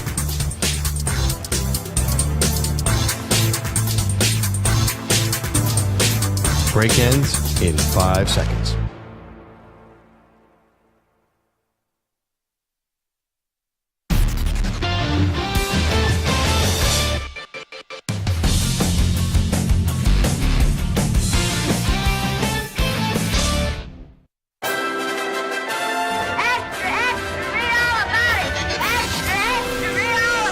Time for your daily news brief. We get you caught up on the rumors, reports, and reconnaissance from the day in sports. All righty, news brief time. Zach Gelb Show, CBS Sports Radio. The gift that keeps on giving, Jerry Jones. This is what you know Jerry Jones does best. Off season, no one's talking about his team. We finally got off of ripping the drama Dallas choking Cowboys, but since Jerry cares more about the headlines than winning, he has to put the team back in the news. I know it's a Senior Bowl and all that stuff, blah, blah, blah, Mobile, Alabama, but Jerry Jones has high hopes for Dallas. He says they're all in for this upcoming season. I would anticipate, with looking ahead at our key contracts that we'd like to address, we'll be all in. I would anticipate we'll be all in at the end of this year. It will be going all in on different people than you've done in the past. We'll be going all in. We've seen some things out of some of the players that we want to be all in on. And yes, I would say that you will see us this coming year not building for the future is the best way I don't say it. You hear the report in the background like, okay, Jerry. Okay, Jerry. Oh, okay, we get it. You're all in. Have you not been all in for the last 20, 25 years? Because there's not many years where we rip the construction of the Cowboys roster. It's that even with these good players, they just don't get the job done. Let's go to one more of Jerry Jones on Dak Prescott's future with the team. He has 1 year left on his deal. Dak has done nothing to change my mind on any promise for the future. I think I said in the deal that we'd go as far as Dak takes us in the playoffs. And Dak sucked in the playoffs. We'd go as far as Dak takes us. And that's how far we went. Ay, ay, ay. So then your mind does change. Because, correct me if I'm wrong, Stu. I'm a Stewart you there. But correct me if I'm wrong. Jerry Jones was the same guy that a few months ago he said, I don't see why we can't win it all this year. I don't see a flaw with this team. And then you bow out in the first round on Wild Card Weekend where basically a rookie quarterback, I know he's not a rookie because he's been in the league the last few years, but his first 2 years as a starter, Jordan Love, kicks your ass. I'm not just putting this on Dak. The whole team didn't show up. But that didn't change your view at all of Dak Prescott and the Cowboys? Yeah, it would have to a little. Just Even wild. if it doesn't mean you're going to move on from him, you can't say it didn't change at all because it was just putrid. And the Cowboys are in such a tricky spot because the cap hit is so enormous for Dak. And you know Dak is good, but he's not great. You're never going to win a Super Bowl with Dak. So it's easy to say to move on, but are you going to find that much better than Dak right now with the roster that is win now? Like, no one believes they're going to win now, but they're in win now mode. So if you don't extend him, you have this enormous cap hit, and you'll lose some other guys in trying to trim everyone in under the cap. They're in a disastrous situation. So what does Jerry Jones do best? Fellas, we're going to the drama game. I'm just going to talk, give people content, and they'll continue to have drama and intrigue to see what we're going to do. Patrick Mahomes went on with our buddy Carrington Harrison on Sports Radio 610 in Kansas City. And Patrick Mahomes says Justin Tucker is the only kicker to ever give him a problem in pregame warmups, going back to the whole incident over the weekend where I guess Mahomes trying to warm up. He asked Justin Tucker to move the helmet. He moved it like 2 inches over. And then Travis Kelce came in like a wrecking ball. Can I even say that? Isn't that a Katy Perry song? There's no Miley beef. Cyrus. Oh, is it Miley Cyrus? I came in like a wrecking ball. There's no beef between Miley Cyrus and Taylor Swift, right? There's no beef there? I don't think so. Not that I know of. Okay, I'm just making sure. I don't want to annoy the Swifties. Swifties, I am an ally. I am all for Taylor Swift. So I just want to welcome you into our environment and our world. But here is Patrick Mahomes talking about that whole incident with Justin Tucker. I've had like 7 years of kind of doing that same warm-up routine, and there's only been, I think, like 3 occasions where there's been a kicker that wasn't, because you usually talk to guys, there had been a kicker that wasn't necessarily moving out the way, or you weren't kind of sharing the field in the right way, and I mean, it was in Baltimore all 3 times, so he does that little stuff, I think, to try to get under our skin. And let's go to Travis Kelce. He was on his New Heights podcast, and he really ripped into Justin Tucker. So we're warming up, and we do our same warm-up every single time on our side of the field. For those of you that don't know what happens in pre-games, the Ravens have their side of the field, and the Chiefs have our side of the field. Now, specialists, because of like the wind factor and they go to where both you are, sides they get a chance to kick at both field goals and kind of punt from both sides of the field. But it's always, if you're trying to go onto the other team's designated area, you kind of stay out of their way. You know, you don't interfere with what they have going on. That is the unwritten rule. That's the unwritten rule. If you want to be a about it, you keep your helmet and your football and your kicking tee right where the quarterbacks are warming up and they're dropping. Eyes are looking left and they got a helmet down by their feet. It's actually kind of dangerous, really. But like, if you're not going to pick that up, I'll happily move that for you. This is not going to be popular. Mahomes and Kelce got to shut up. Enough with talking about Justin Tucker. You've won. You've advanced to the Super Bowl. I don't need to hear you bitching and complaining about the warm-up procedure with what happened with Justin Tucker. And I told you earlier in the week that initially my brain is telling me Kansas City's going to win the Super Bowl because you can't pick against Patrick Mahomes. My gut, though, is starting to tell me that it's going to be the 49ers. Because even though the Niners are the favorite, it feels like no one's picking the 49ers. And everyone's telling you, you can't bet against Patrick Mahomes. And I don't think Mahomes and Kelce are unlikable. But in this case, they come off unlikable here. Enough about going after Justin Tucker and the pregame routine. You won the game. Move on. Stop dragging your feet and crying and moaning about Justin Tucker. Who gives a rat's ass? Let's go to A.J. Brown. He somewhat dismissed the trade rumors of him being in Philadelphia. This is courtesy of Up and Adams with Kay Adams. Why does Twitter have this wild idea that you're getting traded? I don't know. You know, maybe they know something I don't know. I mean, have you heard anything about this? Is this like a media thing? Like, it's everywhere. I'm sure you've seen it. You know, I kind of been through this before. You know, I'm a vet. You know, so you know, I'll remain quiet, and you know, if something happens, I'll be waiting by the phone, and not, then I'll be right here. All right, Stu and Carlos, I got to get your view on this. So the headline here, and this has been everywhere, A.J. Brown dismisses trade rumors. He opens up about the trade rumors. Maybe there's more to this interview. I've only heard that part of the clip that's been going viral. I'll be honest with you, I did not listen to this entire interview with A.J. Brown and Devontae Smith with Kay Adams. I did not. But that doesn't sound like a guy that really clarified anything. And I like how Kay kind of did that. You know, why is Twitter saying there's all these rumors about you getting traded? Because the guy doesn't look happy at all on the sidelines. He looked miserable this past year. He looked like he didn't want to be there this year. And he didn't really give, I'll pull a Robert Saleh line, positive vibes only there. He's like, yeah, I've been through this before. By the way, you got traded to Philadelphia from Tennessee when you weren't happy. And I'll just wait to see what happens when the phone rings and if I get traded or not. Like, did she ask him? Did he ever say, I want to be in Philadelphia. Philadelphia is the only place that I want to be. Like, did that get brought up? Because I didn't hear that there. Did not hear it, and I that's pretty much an easy answer for him. He could have just said that. Yeah. You know, just stay with that. Yeah. Like, I know Jim had A.J. Brown on. I did not hear that interview yet, the legendary Jim Rome. But I would ask A.J. Brown this, just point blank.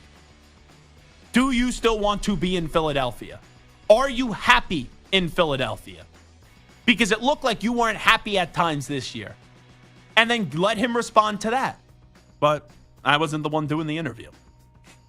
Yeah, he was no gas, all brakes. Yeah, good line. I wonder if A.J. Brown would have hung up the phone of me.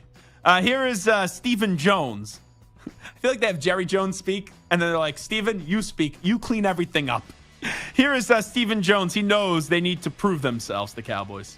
We have had 3 good years of 12-5, and we have had major disappointments in the postseason. So until we do something about it, which is go have another great year and have success in the playoffs, and, you know, that's going to be there. I mean, there's no way they're going to, you know, explicitly trust you until you get it done.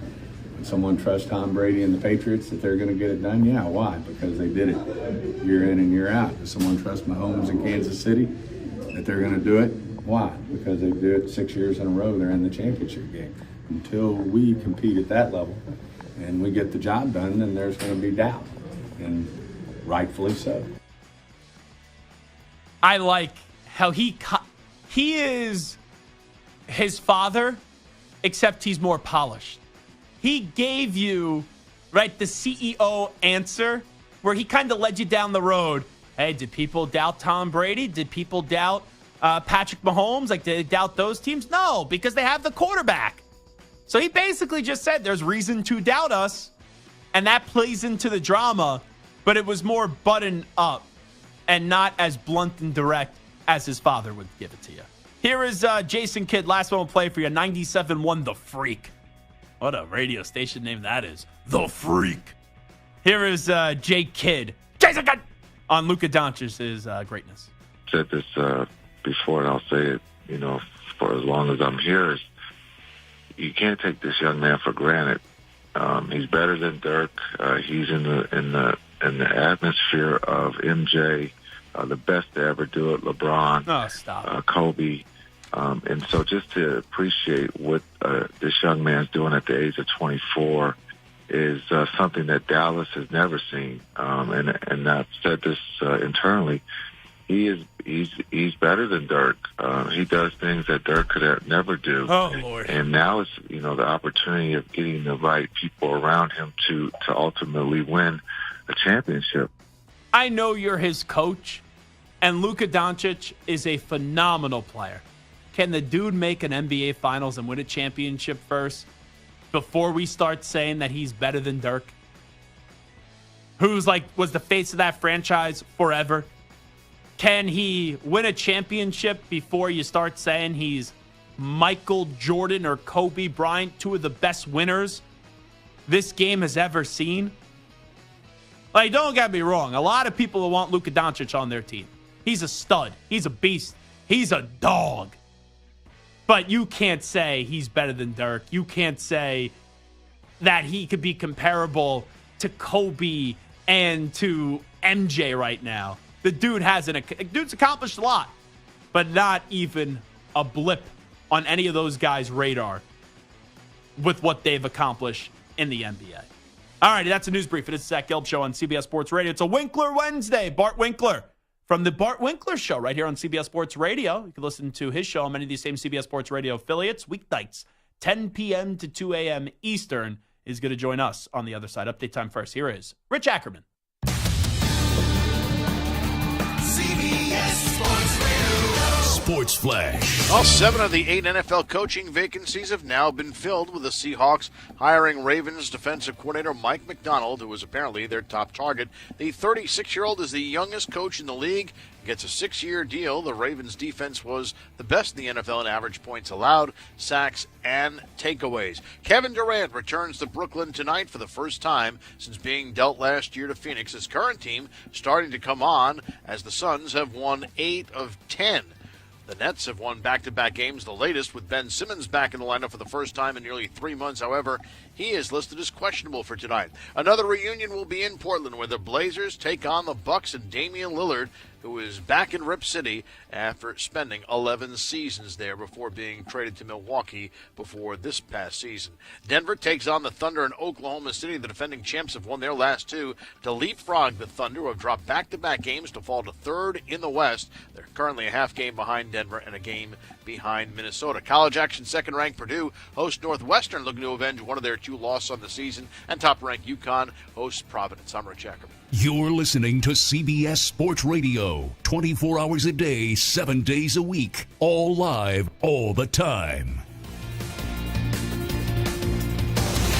CBS Sports Radio.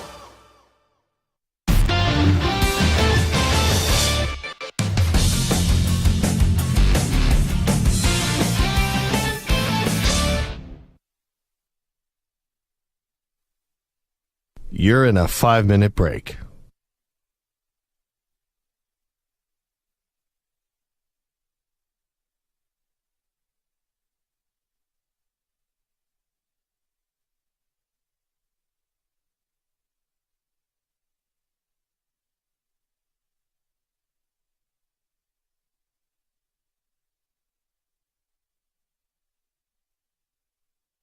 Four minutes, 30 seconds remaining.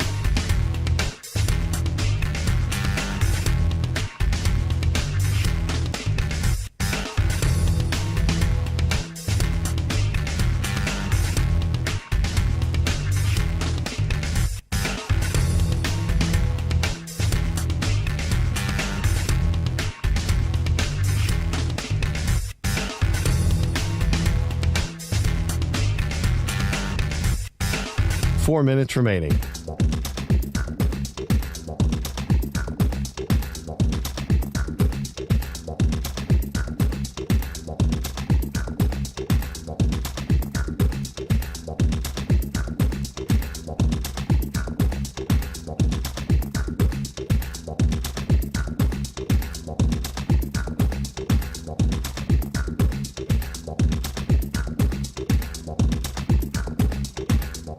Three minutes, 30 seconds remaining.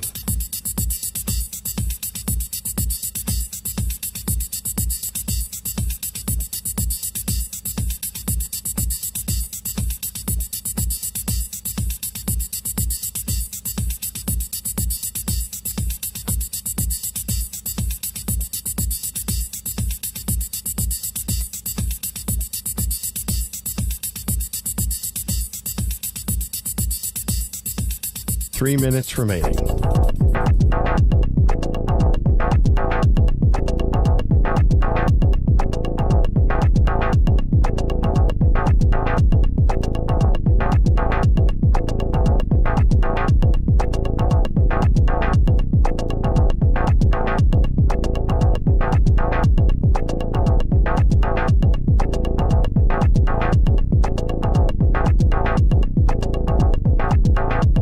Two minutes, 30 seconds remaining.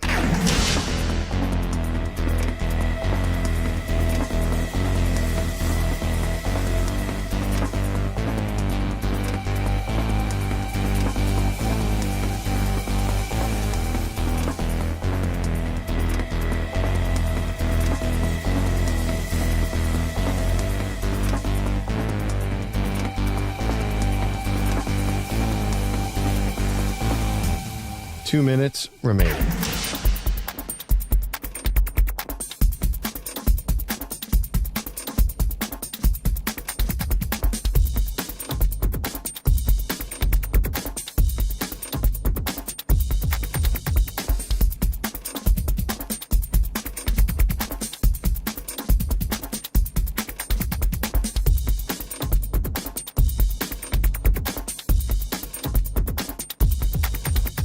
One minute, 30 seconds remaining.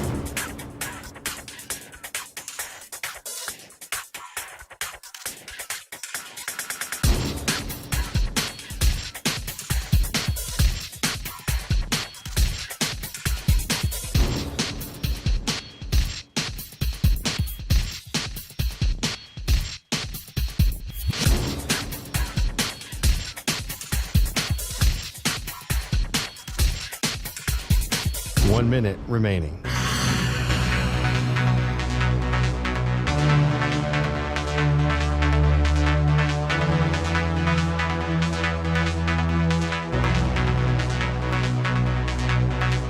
Forty-five seconds remaining.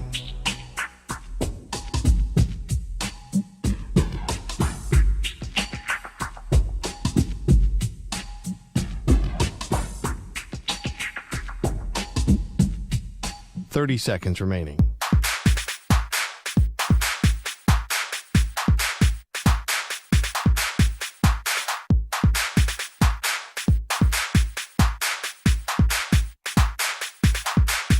Fifteen seconds.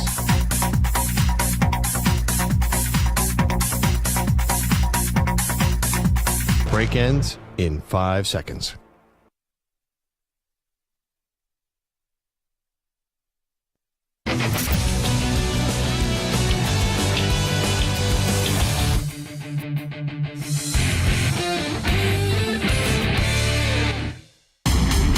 It's a battle for CBS Sports Radio. Zach. Lethargic, putrid, pathetic. Quitters. They're quitters. What a joke. Bart. Something fun to talk about. That's what we do here. It's like, hey, guys, it's like we're just hanging out at a bar talking sports. It's time for Winkler Wednesday. Only on the Zach Gelb Show. All righty. Bart Winkler is here with us, the host of the Bart Winkler Show, Monday through Friday on CBS Sports Radio, many of these same affiliates, 10 p.m. to 2 a.m. Eastern. And what does this hat say? The world's best dad. That's my guy, Bart Winkler. Bart, what's happening? So what do I got to say? What do I got to do here? I don't know. Maybe we should do contrived radio and be like some of our confidants in the media and just fight. Like, I want to get on Entertainment Tonight, or I want to get like, what do I got to do to get? What do I got to do to get in the news? What do I got to say? What do I got to? What I got to do? Got to go to the Zach Gelb Show School of Broadcasting, I guess. Yeah. How do I get in? How do I get on E! News Tonight? Have Shep do something stupid. Which happens probably 5 days a week. Well, actually 6 with his show. You and Shep. Shep was taking shots at you last night. What was he really? What did he say? I did not catch that. What did Shep say? He didn't say anything.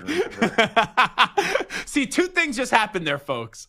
Either Shep did say something and Bart is being a good teammate, or Bart was just doing what a lot of other people do and they just kind of go with the fun of the conversation and just kind of was saying something that wasn't true. I'm going to think it was the first part of that conversation rather than the latter, though. Yeah, I won't get mad at Shep. You have my word. Well, what did Shep say about me last night? I don't think they should show Taylor Swift on TV ever again, even at the Grammys.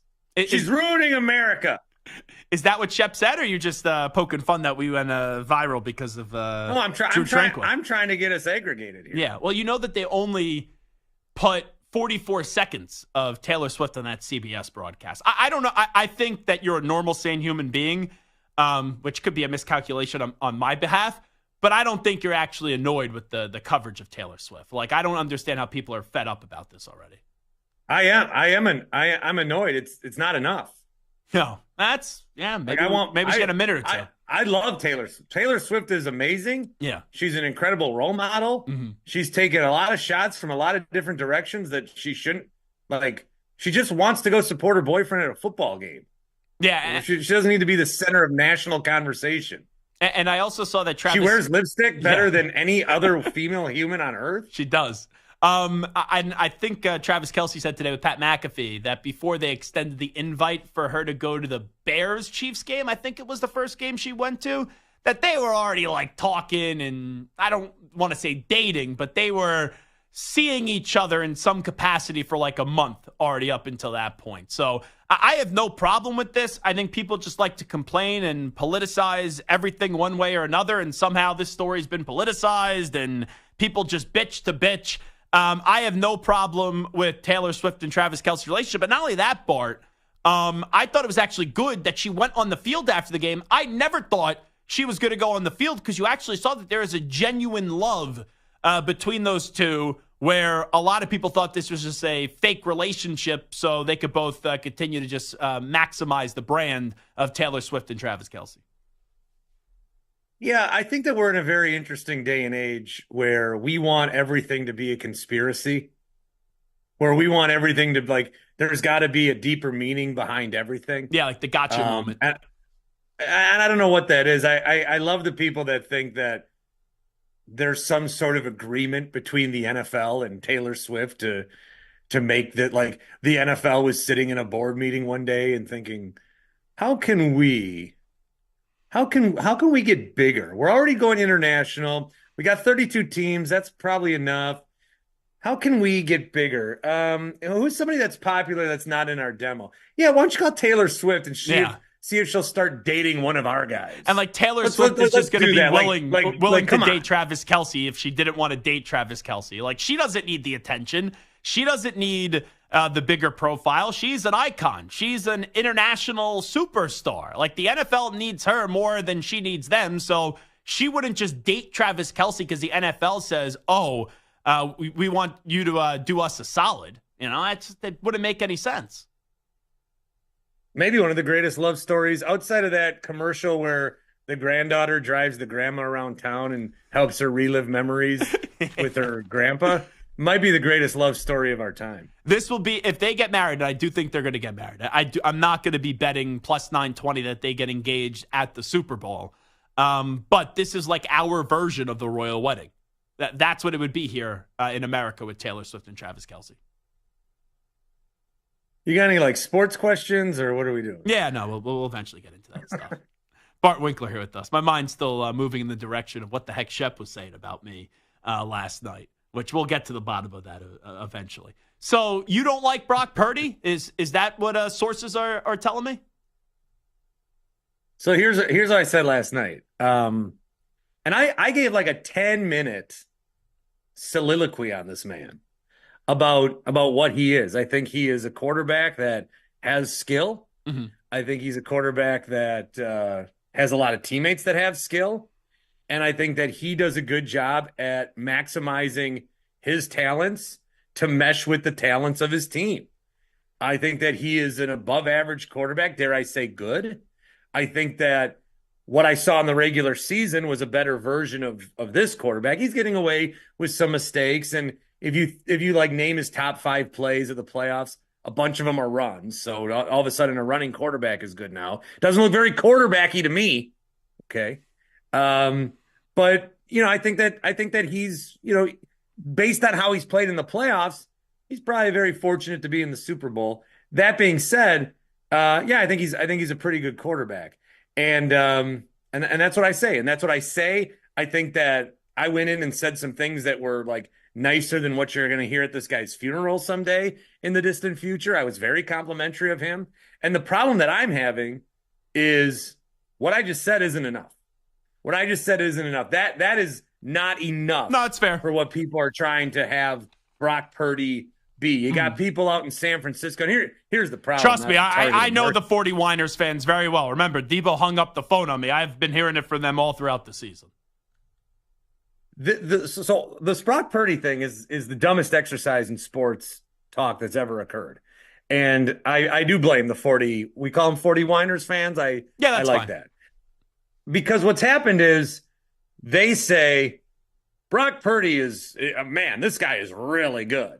And then guys in the biz, like a me or a you, say, yeah, Brock Purdy's, he's pretty good. Mm-hmm. And then they hear the clip in San Francisco and they say, pretty good. He's really good. He's great. So then they double down. He's rocking and out then with we're his like, whoa, He looks he's pretty not, awesome. Yeah, you know what they all yeah, say. he's not great. Rock and roll. And then we're just like doubling down on each other. The guy is probably a top 10 quarterback. I would like to see him do this on teams that aren't as stacked. But then again, not everybody can come into this team and take him to the Super Bowl. Mm-hmm. However, I think there's a few other guys that can. So yeah. So here's my thing with Brock. It's nothing about where he was drafted or what he's doing. I think that they were fortunate. They're fortunate. If you're a Niners fan and can't admit that you're not fortunate to be in the Super Bowl, what? Why? How? Well, when? They have Where? a great team. They have not played great in the playoffs, but it's still been better than everyone else in the NFC to get there. Like, they could have easily lost that Packers game.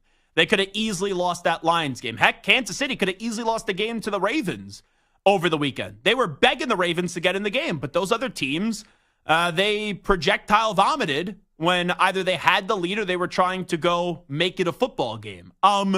Your points on Purdy, I think they're all fair. He's a good quarterback.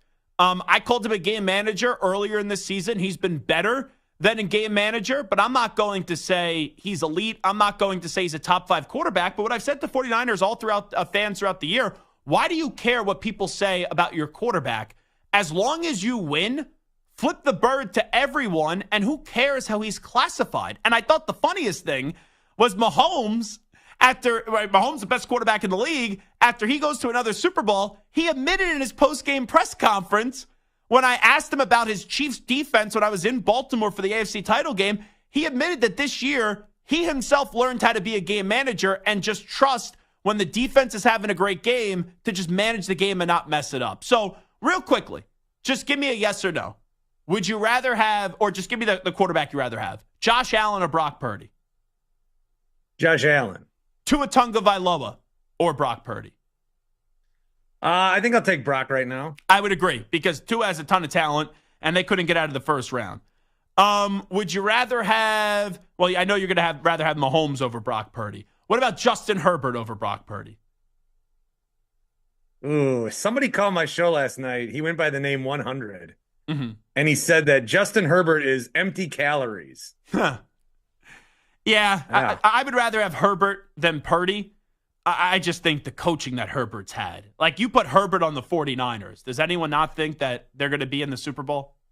What about Jordan Love, CJ Stroud, Brock Purdy? I'd rather have CJ Stroud. Love, I'm intrigued by. I think there could be higher upside with Love, but right now I would probably say Purdy, but splitting hairs. How about Trevor Lawrence or Brock Purdy? Well, Trevor Lawrence is Daniel Jones with a wig, so. Dak Prescott or Brock Purdy? Oh, Dak. Really? I rock with Dak. Oh, I love Dak. But Dak has so much talent around him, and the guy chokes every year.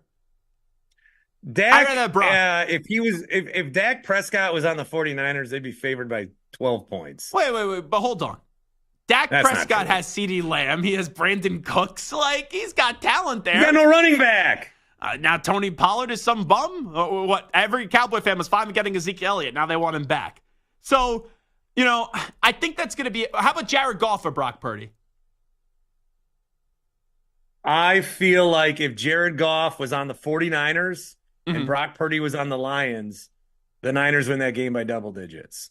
Yeah, it's tough to say when they were up by 17 at one point in that game. God, I feel bad for them, man. No, but Purdy is a good quarterback. He's good. Doesn't mean that there can't be like 7 or 8 other guys. But that's not enough. Have. That's not enough from the bloodthirsty Purdy nation. They need you to say he's Joe Montana or Steve Young. Or Steve Young. So last thing I'll ask you, because we got 45 seconds left, and I don't think we're having you on next week just because we're going to be at Radio Row and it's like a zoo out there.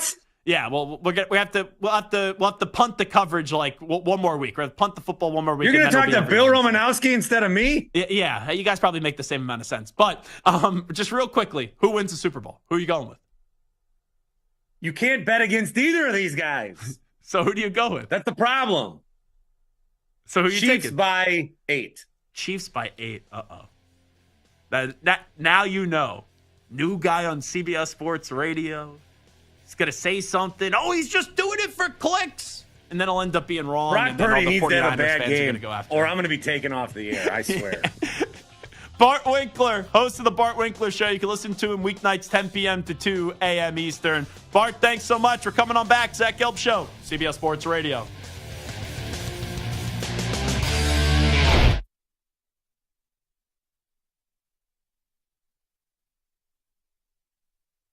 You're in a 5-minute break.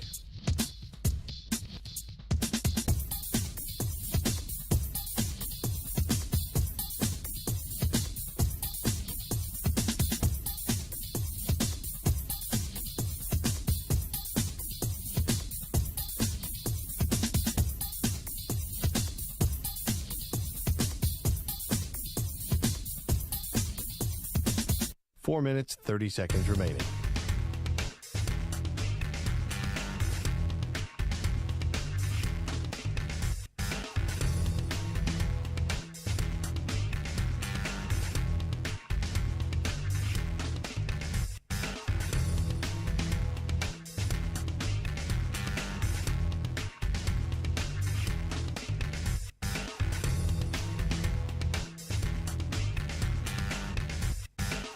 4 minutes remaining.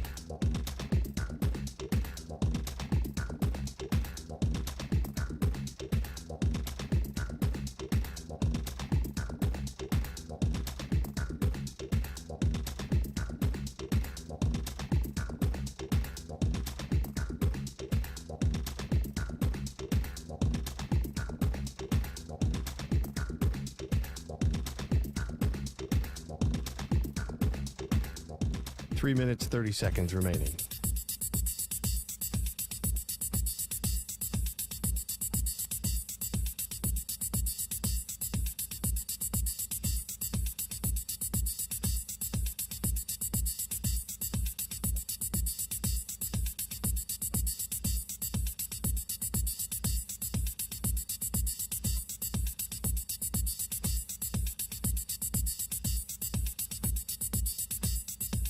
Three minutes remaining.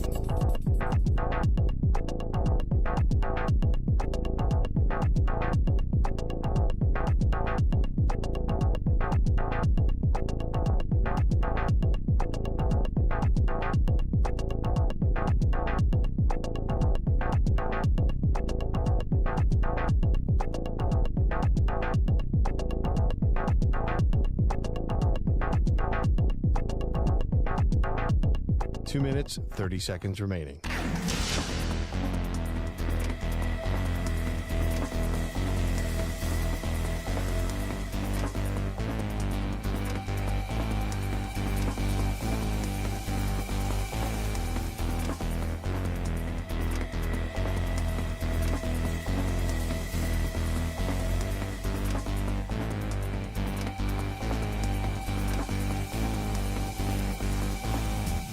Two minutes remaining.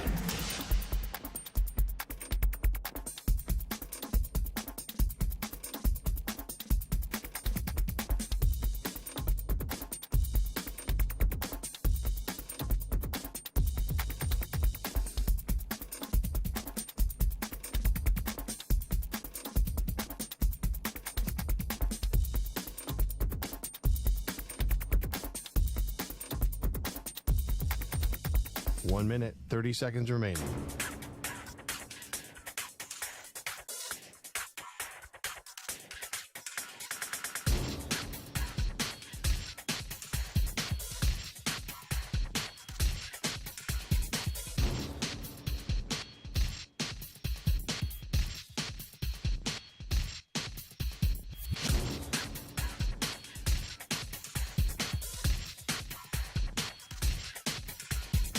One minute remaining.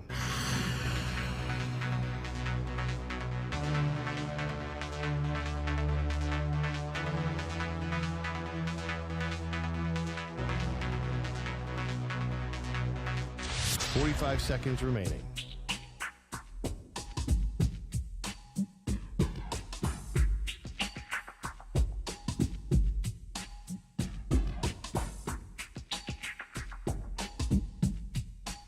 Seconds remaining.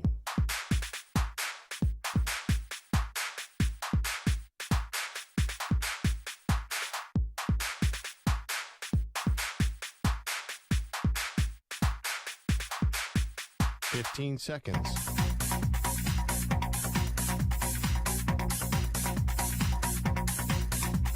Break ends in 5 seconds.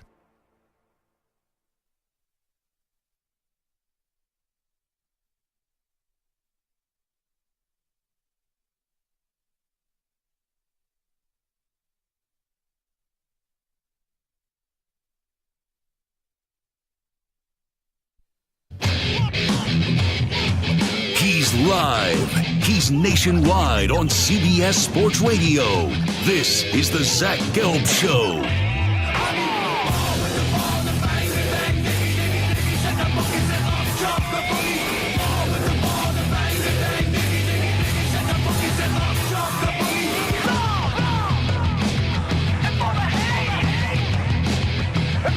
Here's your host, Zach Gelb. All righty, hour number 3 of our radio program. I have a order that I'm going to give to the listening audience. We need more rats around here. There's enough rats, trust me. when I'm trying to take the subway in New York City, and they're starting to infiltrate the platforms, which is actually gross. Like, usually the rats just stay in the tracks of the subway. When I start to see them on the platform now, where I walk, very disgusting. Even though it's really cold in New York City, I will walk home tonight out of fear of the rats. But I'm going to be sprinkling some cheese around CBS Sports Radio into our listening audience. We need some more rats. We need people, when David Shepard opens his fat mouth, well, actually, he's a skinny fella, but when he opens his mouth about me, I need that information fed on back. And we need to know what that information is. Bart Winkler joined us on Winkler Wednesdays, obviously. Most Wednesdays right here on CBS Sports Radio at 4:40 p.m. Eastern. And Winkler, Bart, my guy, does a great job weeknights on CBS Sports Radio, 10 p.m. to 2 a.m. Eastern. But his producer, David Shepard, being a little bit much of a chatterbox these days, talking about me in person. Oh, I love you, Zach. Oh, I love you. I love you. Love you. I absolutely love you. Can I fill in your show one day? But then Shep, I guess, is running his mouth about me. Now, I don't know what's said, but there used to be a time around here when there would be a show in the morning, the DA show, which, I'm a big fan of DA and all those guys and wishing nothing but the best at Sirius. But when they would talk smack about me, it would be fed back to me. We got to start that back up again. Where when people are saying things about your boy, because I can't listen to everything, I got to be informed. I got to know what's being said. And if we got to start a war, we will start a war. And let me tell you, I will have Carlos Ortiz, Samter, Stu. Man, we got to beef up that squad a little bit. We'll be calling up Gallo and Big Zoo. We'll be calling up all the hog mollies around here. And we will start a war with David Shepard if this is the road that he wants to go and travel down. All right? I need to know what the heck Shep was saying about me. Because Bart just kind of threw that out there. Shep did say something about you the other night. And then, I'm texting with Bart right now. I go, I'm just wondering, I won't be mad. I'm just curious. I want to see if the shot was even worth bringing up. Like, I'm fine with making the shot that he took about me into some content and having some fun about it. But I want to see, like, how hard is Shep swinging? Is he just, like, at the dish and they know that they could throw him a little easy pitch, a little folly floater, and he'll fall, flat on his face and won't be able to hit it? Or is he taking, like, a shot that's down the line and it's a double and he's standing on second base? I just want to hear how big of a shot it was. Bart claims to me it was something so innocent he doesn't even remember. And I'm not sensitive. Like, I got thick skin. All right, I could put my big boy pants on. You could make fun of me, and we could have some fun back.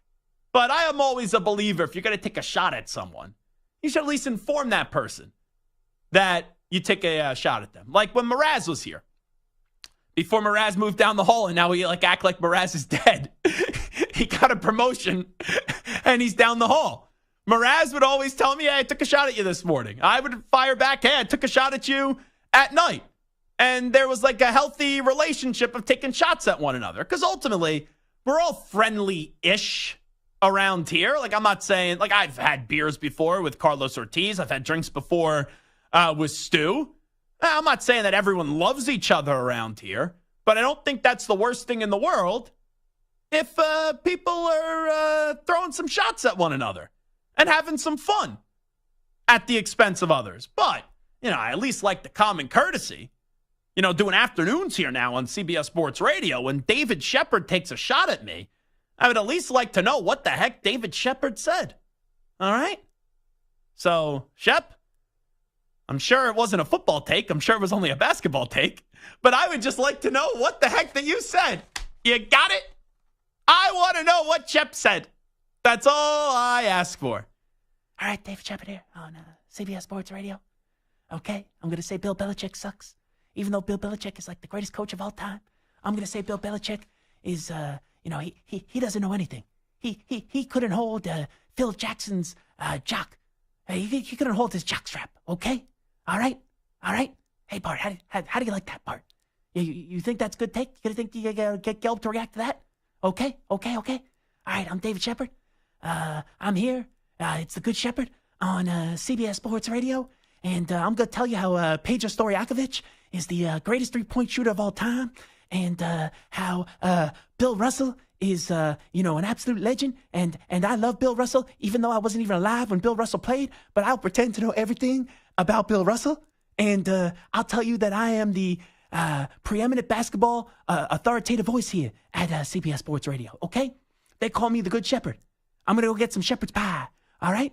And then I'm going to give everyone a lecture about how David Blatt should have never got fired as the head coach of the Cleveland Cavaliers. And then I'll get on Gelb's show like I did 2 years ago and say that LeBron James isn't a top 5 player of all time. All right, give me a call, 855-212-4CBS, 855-212-4227. And then let me tell you about my friend Peter Schwartz. I'll go take a bunch of shots at Peter Schwartz at this thing called Bob's Bar, where, I'll take shots at shows all the time, but then when I go there, I'll go hug them and kiss their asses, all right? All right. Okay. And then let me tell you about Jason Kidd and all the triple-doubles that he had in his career. All right, it's David Shepard, Good Shepherd, right here on CBS Sports Radio. Man, I think I just opened the Pandora's box. I wish you could see Carlos Ortiz and still. I think we have to get Carlos a bib. Because Carlos is wearing a very nice shirt. I will say this. I think Carlos is wearing a shirt. What is that? Supposed to show like Greece? Is that what it is? Yeah, it's a landscape of some town I can't pronounce in Greece. You sit very low, by the way. All right, there's a reason for that. I don't want to block Stu's progress to monitors. And just in case, listen, if an op runs into a door, I don't want to be hanging my feet off like I'm sitting at an Applebee's with a booster seat. I like to touch the ground. If walks through? Yeah, an op, and the opposition. Oh, okay. If an op runs into the door, I want to be able to hit him with that uppercut, feet firmly planted from the ground. I have momentum. A low center of gravity. If I'm sitting high up here, then I have to airborne down and defend myself. I hate the toss their chairs. Okay. Chef's probably like, did Gelb just say bang? All says bang, the legendary Mike Breen. And then, who says yes from downtown? Yes! That, of course, is Marv Albert. I know Marv Albert very well, just as well as Bob Costas, who's a broadcasting legend, who I did a 47-minute interview with and aired it for 3 hours on CBS Sports Radio. But it was only 47 minutes, but I found a way to air it for 3 hours because I have all the formula, and I am David Shepard. But anyway, what I was about to say to Carlos, can you not get mad at me when I say this? And I think this is big guy to big guy.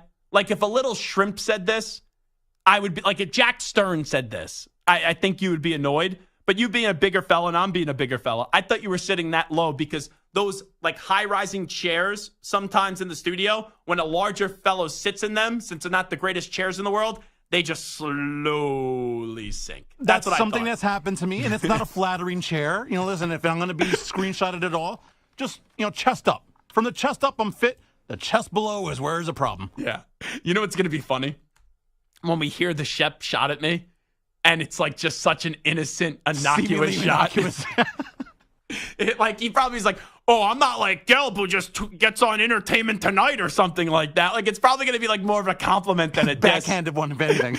And I just threw so much gasoline on that fire. I saw the fire and it was about to be put out. And then I just said, screw it, F it. Who needs oxygen when you have kerosene? I just basically just lit a cigarette, and I've never smoked a cigarette in my life, right next to the person that was filling up gas. And Shep was just trying to fill up his car with some gas and get that little engine running. Ay. All righty. That was a fun 10 minutes. That put a smile on my face. It really did. Now I want to get into the Chicago Bears. So Brian Urlacher joined us last week. And he said after 3 years, if you don't know if the quarterback is the guy, you probably have to move on. And I do think there's an argument, and I have made that argument for the Chicago Bears to keep Justin Fields and how you could utilize all your resources and all your assets to put Justin Fields in the best environment possible. But the more and more I think about this, I try to separate what I think should happen and what will happen. I could get on the radio some days and say X, Y, and Z should happen. But then when you think about the team, what I think isn't always necessarily what the team is going to do. So even though I can make the argument, I've made the argument, get Marvin Harrison Jr., trade down to the second or third pick, get some future assets as well, use your other first-round pick to get another playmaker. Like, I've made that case now until we're blue in the face about the Bears keeping Justin Fields. But then I read one report that when they were interviewing offensive coordinators and they eventually settled on Shane Waldron, like they were talking about Caleb Williams in those interviews. And just the way that they talk about Justin Fields, I don't find it genuine. And I don't think that Fields is going to be there next year. And Fields played well down the stretch where you could probably get a second-round pick for Justin Fields. Maybe some conditions. Can you get a first-round pick? That I don't know. But I do think that the Bears are going to trade Justin Fields, and they will draft Caleb Williams. Now, we'll get to some Fields destinations in just a second, but I have to ask Stu a question here, and also Carlos a question. So our Urlacher interview made the rounds on Friday. Then shortly after our Urlacher interview made the rounds, where he's saying trade Justin Fields, did any of you guys happen to catch what the Chicago Bears tweeted out? They tweeted out, did you see that, Stu? Yes. It was like a highlight, compilation of Fields. Of Fields. It was very similar to when the Cardinals, we all knew they were moving on from Josh Rosen, and they were like, he's our guy. That's our QB1. And, I don't want to think that our video did that, but we were in the news a lot last week. The Flacco thing did nearly 1 million views. We were on Entertainment Tonight when Drew Tranquil said that he thinks that Taylor Swift and Travis Kelce may be in love. The Urlacher thing made the rounds, but it wasn't as big of a deal as the other two things. But a lot of people wrote and talk about what Urlacher said. And I did not know, by the way, that when we were doing the interview, Urlacher was wearing a Trump hat, which, your politics are your politics. I'm not going to get into politics, but I'm doing the Zoom interview. And just to let people know, when someone's on Zoom, there's a little camera off to the right that I could see. Sometimes they enlarge the person on the screen. Other times it's me with the person into the corner. That day, Urlacher was in a little box in the right upper corner of the screen. Until this thing blew up, I had no clue he was wearing a Trump hat in the interview. I didn't know. So that sent my mentions, not only with the Urlacher talking about moving on from Fields and drafting Caleb Williams, those mentions were crazy to begin with. And then I started getting all these tweets about Trump. And I'm just like, what the heck is going on out here? And someone pointed out to me that in the interview that we did, he was wearing a Trump hat. But the Bears putting out a video trying to hype up Justin Fields after one of their franchise legends said to trade the guy, I think that was a direct response from the Bears off of what Brian Urlacher said. But still, I don't think it adds up to the genuine belief that Justin Fields is going to be back as their quarterback next year, because I do think they're going to draft Caleb Williams. All right, it is the Zach Gelb Show on CBS Sports Radio. We'll give you some Justin Fields destinations coming up later in the show. But we got to take a break. When we come on back, former NFL linebacker, 3-time Pro Bowler, 2-time All-Pro, Chad Brown is going to join us. He's a former Seattle Seahawk, played for a bunch of other teams as well, the Steelers and the Patriots. But the Seahawks have a new coach, Mike McDonald. So we'll get Chad Brown's thoughts on that and many other things as we inch closer and closer to Super Bowl. And just a reminder, we will be live on Radio Row next week, broadcasting Monday through Friday from 3 to 6 p.m. Eastern, noon to 3 p.m. Pacific. And Samter and Stu are doing a heck of a job here. Heck of a job getting set for Radio Row. Just big guest after big guest after big guest. So we're going to have a lot of fun next week in Las Vegas. Viva Las Vegas. I got to work on my singing voice. I think I've just murdered Carlos Ortiz's ears, quite frankly. All right, we're coming on back. Chad Brown joins us next. You're in a 5-minute break.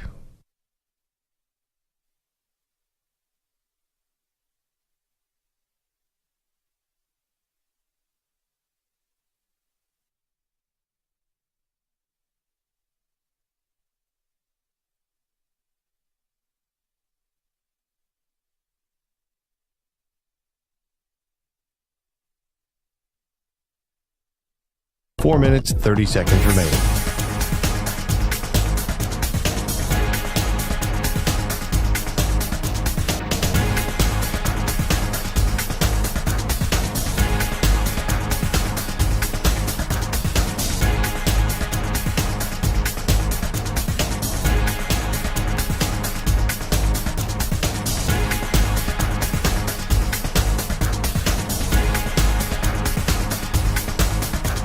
Four minutes remaining.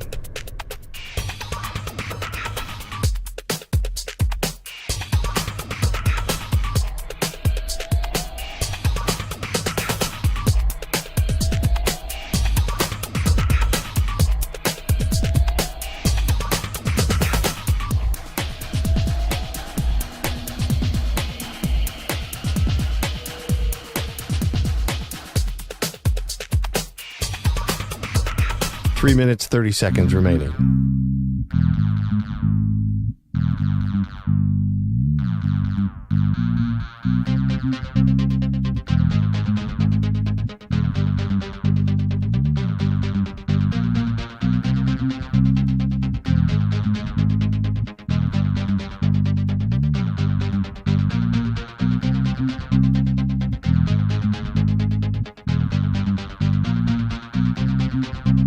Three minutes remaining.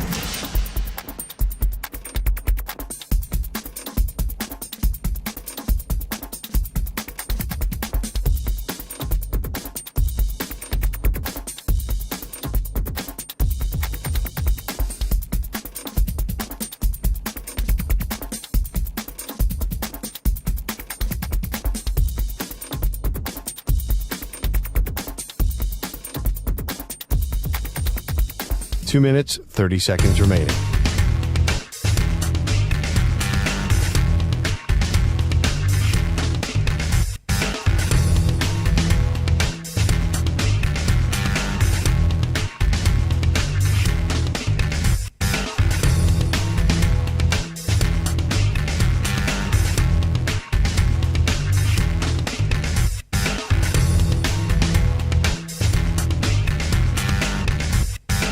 Two minutes remaining.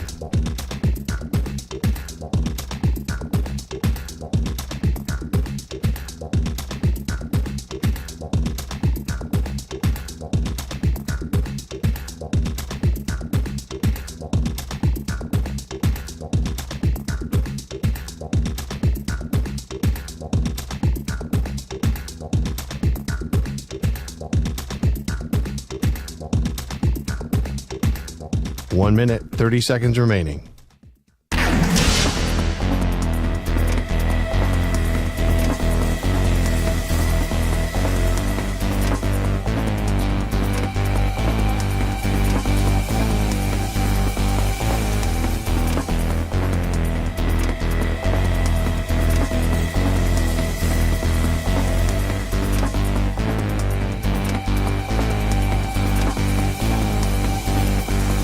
One minute remaining.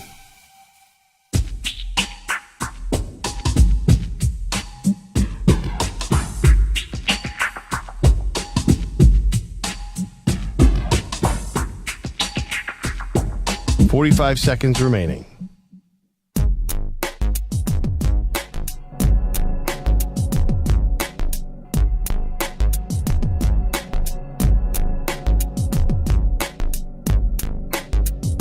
Thirty seconds remaining.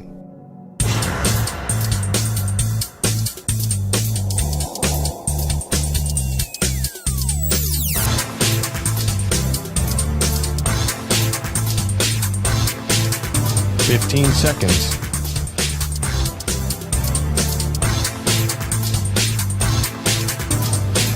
Break ends in 5 seconds.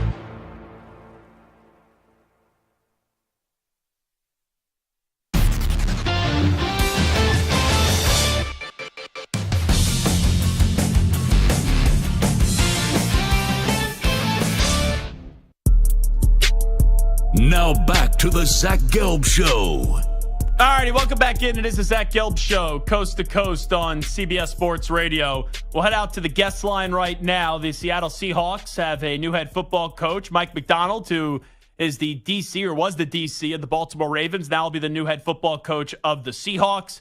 And we welcome in a former NFL linebacker, was a 3-time Pro Bowler, a 2-time first-team All-Pro, played for the Steelers, the Seahawks, and the Patriots, and that's Chad Brown, kind enough to join us. Chad, always appreciate you jumping on board. Thanks so much for doing this. How are you?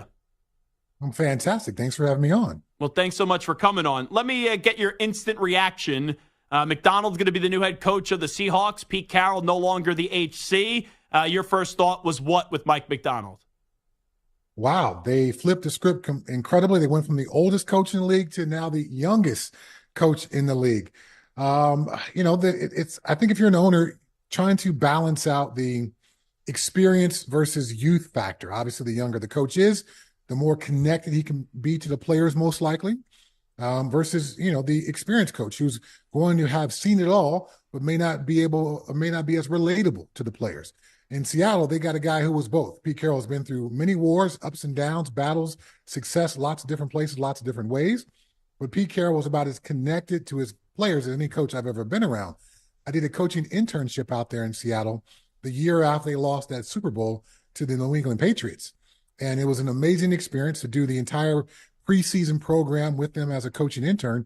And Pete had created the most player-friendly, the most positive environment I had ever been around, not just as a coach, but in any professional setting I had ever been around. So now Mike McDonald's got a very tough situation in front of him, trying to replicate that culture in some ways. I think his experience, his success from an X's and O's standpoint seems pretty clear, whether it's the University of Michigan or in Baltimore. But now he's got to prove himself as the head coach, the leader of an entire organization. I think something you brought up was pretty big, and it's a credit to Pete Carroll that he was able to realize that years and years before many other coaches, is the player-coach kind of mentality now. Because I don't think a my way or the highway coach works anymore in the NFL, but there's a fine line, as you've seen. You got to be a player's coach, but you can't be a doormat. And I think Pete did that better in Seattle than pretty much anybody, where he was a player's coach, but ultimately had the great respect of those players in the locker room. Yes, I think it's a difficult combination when you're asking to be a player's coach, but yet still be demanding and try to pull the best out of everyone, because not everyone shows up and gives their best. A lot of people, that needs to be pulled out. You have to extract that from people. And it takes a tough-minded coach, which Pete certainly was, to do that and demand that every single day, yet and still keep the atmosphere very positive. The Seahawks had a DJ at practice every day during training camp, which makes you think it's going to be some very loose, laissez-faire kind of thing. Yet and still, they were some of the more physical practices I had ever been around as an interim coach. So how you do that, I think, takes a very special person to pull it out. Pete was clearly that guy. We'll see if Mike is able to replicate that. There's a lot of surprising moves from this hiring cycle. Like, Pete's not going to have a head coaching job next year. Bill Belichick's not going to have a coaching job. And when you look at Seattle, I never thought they'd be players for Belichick because you were just moving on from an older coach. I didn't think you're going to bring in another older coach. But I look at a guy like Mike Vrabel. I thought that would have been the ideal hire for the Seattle Seahawks because he has that mix of, yes, being a defensive-minded coach, could be a player's coach, but isn't a doormat, and also being that former player and being a younger guy. I thought it would have been the best of all worlds for the Seahawks. I know you know Mike, but how about that idea?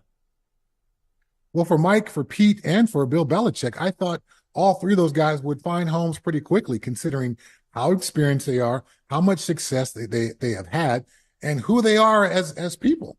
Their ability to navigate the difficulties of building a culture, their ability to bring players together and bring the best out of people, kind of thing. All three of those guys, I think, have done that and shown that in their careers.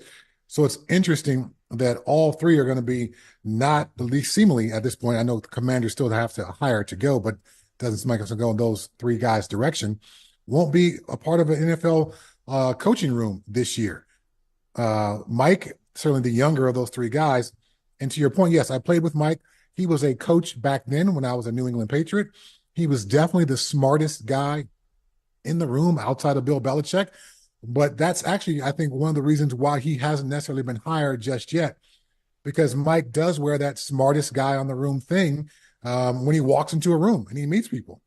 My uncle literally had a 10-second conversation with Mike Vrabel when we both were Patriots. And when Mike walked away, my uncle said, "He's the smartest guy in the room, huh?" I said, "Yeah, he is," which is great because he is the smartest guy in the room. But I don't think everybody needs to know that all the time, every time. So maybe that rubs some of the ownership groups the wrong way. I don't know. But if you hire Mike Vrabel, you're going to get an amazingly minded head coach who is incredibly smart, who knows the X's and O's, who can relate to players. So whoever hires him is going to get a winner in that head coaching position. Talking to Chad Brown right now. Do you think Belichick will coach again? Do you think he'll be a head coach again in the NFL? I certainly hope so. I think he's still got his fireball. Now, the thing with older coaches is I don't believe they lose their ability to stay up with football. They don't lose their ability to relate to the current X's and O's and whatever the play of the year is. You know, a couple of years ago it was the jet sweep, and it was the zone read the quarterback. Every year there's some kind of new play that defenses have to figure out and crack. So I don't think Bill Belichick is ever going to not be able to pull that off. But every year you get older, and every year the players in the room stay the same age. And I've been around older coaches who have lost their ability to relate to players, have lost their ability to connect to players. And Bill is certainly kind of old school with his approach.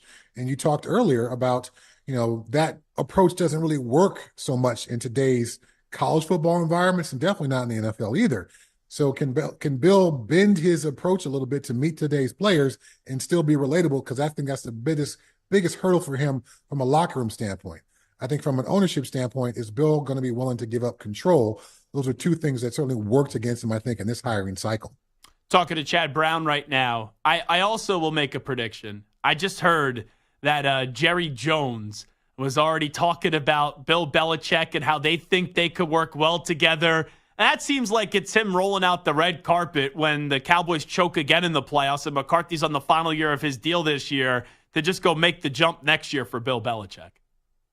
I thought that was a possibility this year. And even after the Buffalo Bills lost, I thought that was a possibility as well, because Bill has already shown a number of times, as evidenced by the Lombardi trophies occupying the trophy case out there in New England, that he knows how to take a team all the way to the end. So for Mike McCarthy, for Sean McDermott, they've made those teams into what they are, very, very good football teams. But for whatever reason, they're unable to get over the hump. Well, here's a guy who's available, who has proven he can get over the hump. And for both those teams, they are still in a smaller Super Bowl window with Dak Prescott in Dallas, with Josh Allen in Buffalo. So here's a guy who's probably not going to do it for 10 more years. You'd be lucky if you got 3 or even 4 years out of Bill Belichick. So why not jump on him now and get those teams over the hump while they still have these players under contract and while they're still in that Super Bowl window? So maybe that can's kicked down the road till next year, but I don't think any football fans should think that that's not a strong possibility for the end of next season. Wrapping up with Chad Brown, is it just as simple as this with Seattle's decision to move on from Pete Carroll as the head coach? They never thought this team that he currently had in the next few years was going to be a Super Bowl contender, and they could just be stuck on being a fringe playoff team. So that's why they elected to reset. Is it just as simple as that when you look back at the decision? I think so. And if you've been around any NFL coach for a long period of time, their number of cliches don't grow as the years go along. They come in with their stockpile of cliches, and then they stick with them. And so if a coach is in one place for a long period of time, everyone in the building has heard his stories and his cliches. And at some point, it starts to wear out. Even a guy as positive as Pete, that starts to wear down. I was in Pittsburgh for Bill Cowher's second season as the head coach. I also went back and played in year 14 of my career in his last season as a head coach. He was telling the same stories. He was doing the same things. So at some point that begins to, get old and get a little bit stale. So I think Pete's going to be a tremendous hire if he chooses to coach again some other place. But I think in Seattle, the message had worn a little bit thin, and they needed some fresh blood to keep that thing going. And also, to your point, a little bit of a rebuild needed to happen anyway. So why not do that with a young coach who may not be firing on all cylinders in year one, but you're not really a deep playoff team in year one anyway, and then have him grow as a team grows. So year 3 and 4, they can really be contenders. Since we're talking about coaches, and you bring up that, right, you used to play for the Steelers, Mike Tomlin is someone that is a really good coach. They never finished below 500, but they haven't won a playoff game in Pittsburgh since 2016. Do you think his message is starting to wear thin a little bit? and they maybe need to reset in that organization. Well, in that organization, they're incredibly patient. They've had 3 head coaches since 1969, which is absolutely amazing. There's some teams that have had 3 coaches in the last 5 years. Yeah. So, or for the Panthers, 3 years. Right. True. The track record of patience for the Rooney family is clear. It's established. So maybe that's going to happen here in the future. I know Coach Tomlin is looking forward to an extension this offseason. We'll see how all that plays out. And maybe they're able to come to a meeting of the minds and say, hey, you know what, 3 more years, that takes you to year 20. That's a great run, Mike. And then after that, we should probably start looking to move on. And maybe you should start looking to move on as well. Because the Rooney family are that kind of classy organization. I don't think they're going to do anything rash at the end of the season.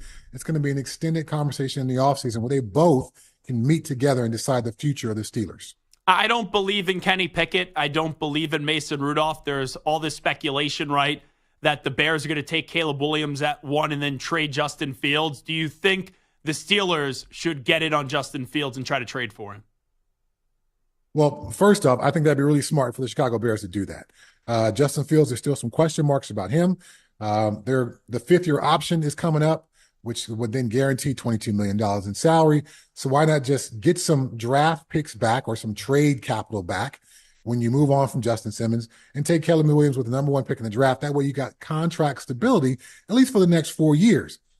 Possibly 3 if he lights it up. They can give him extension after that. But that gives you that stability at that position, that salary cap firm number when you don't have to worry about what we're going to do in this offseason. Now, for other teams like the Steelers who are in need of a quarterback, I think Justin Fields would fit them if they are willing to make their offense around him like the Baltimore Ravens had done with Lamar Jackson.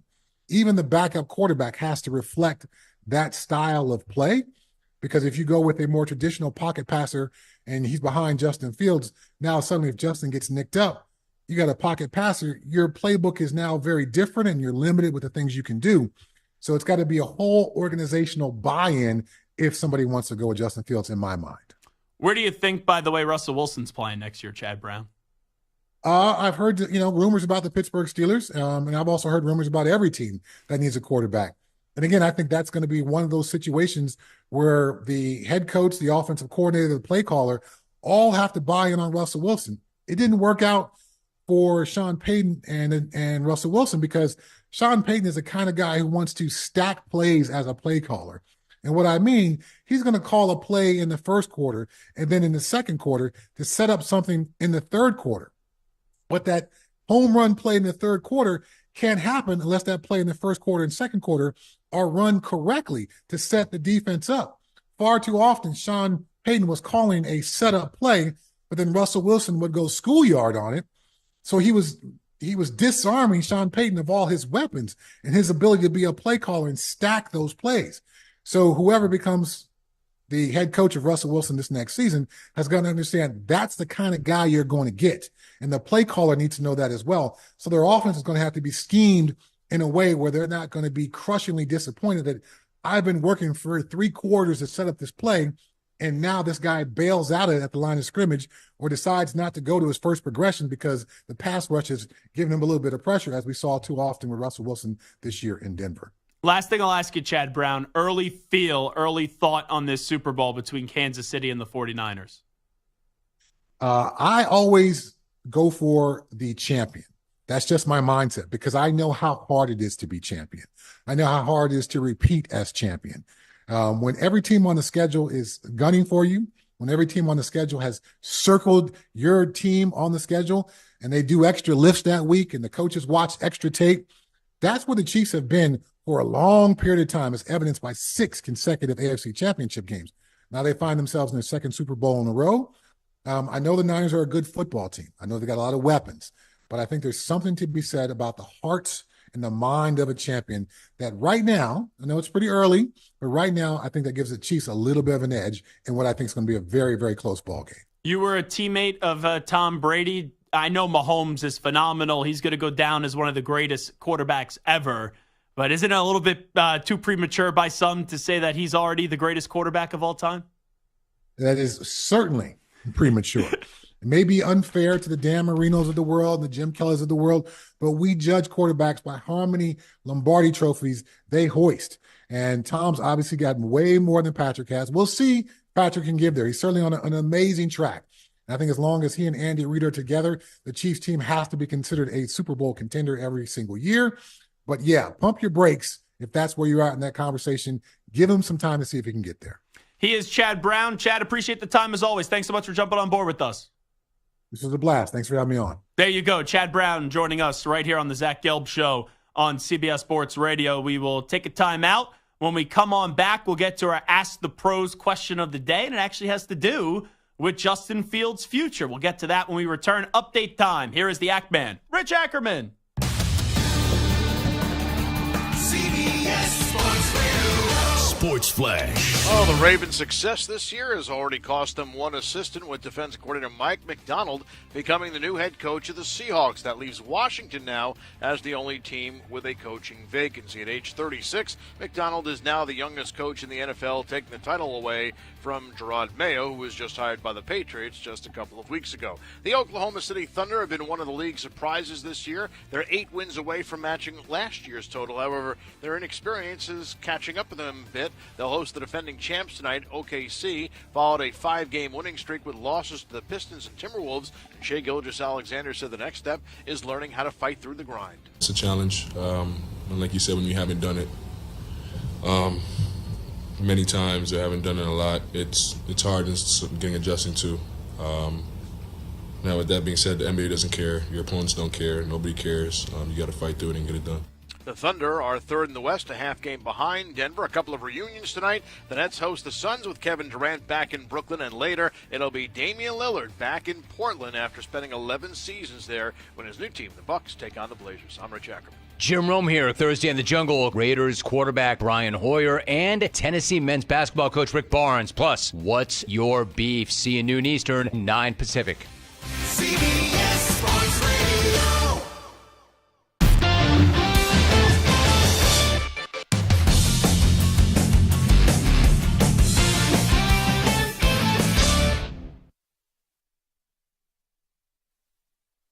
You're in a 5-minute break.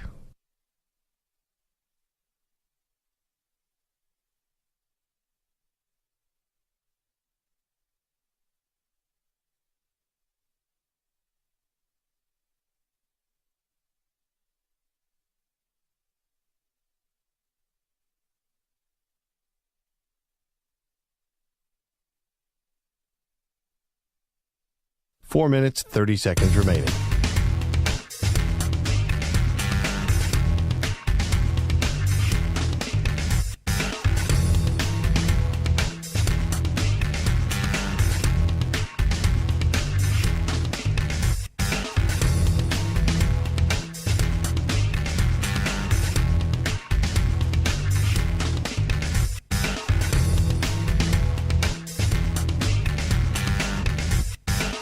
Four minutes remaining.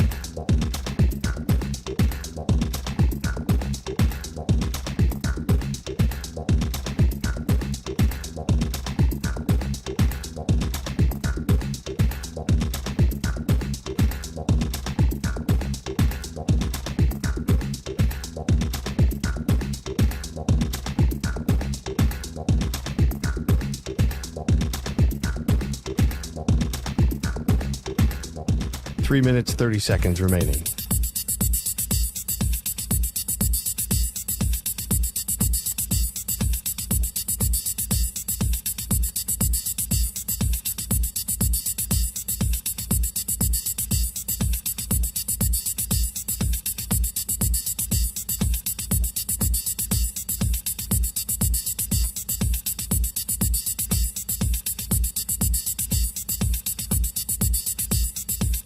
Three minutes remaining.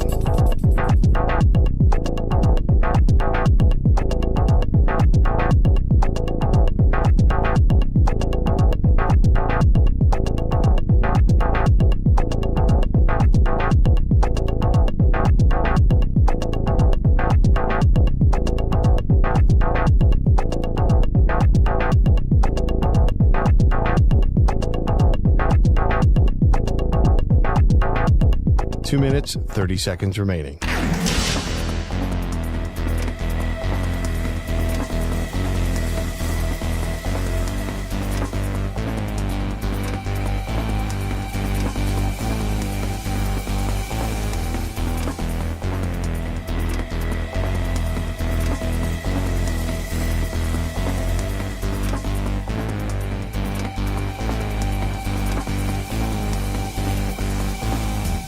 Two minutes remaining.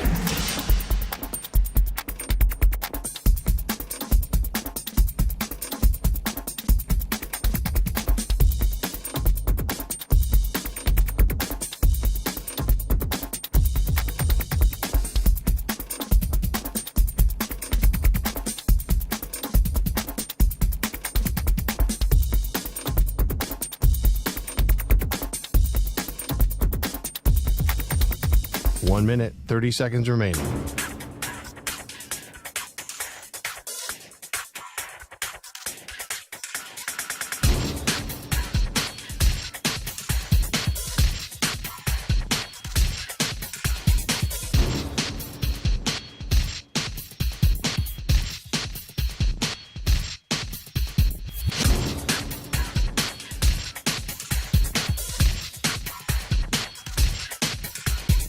One minute remaining.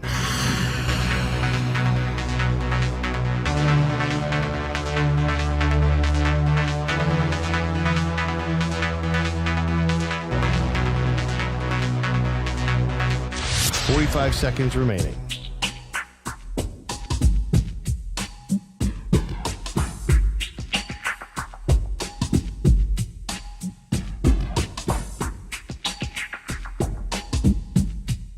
Thirty seconds remaining.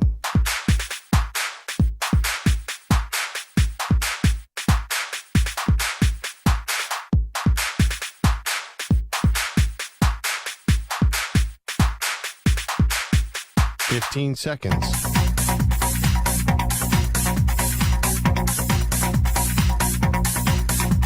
Break ends in 5 seconds.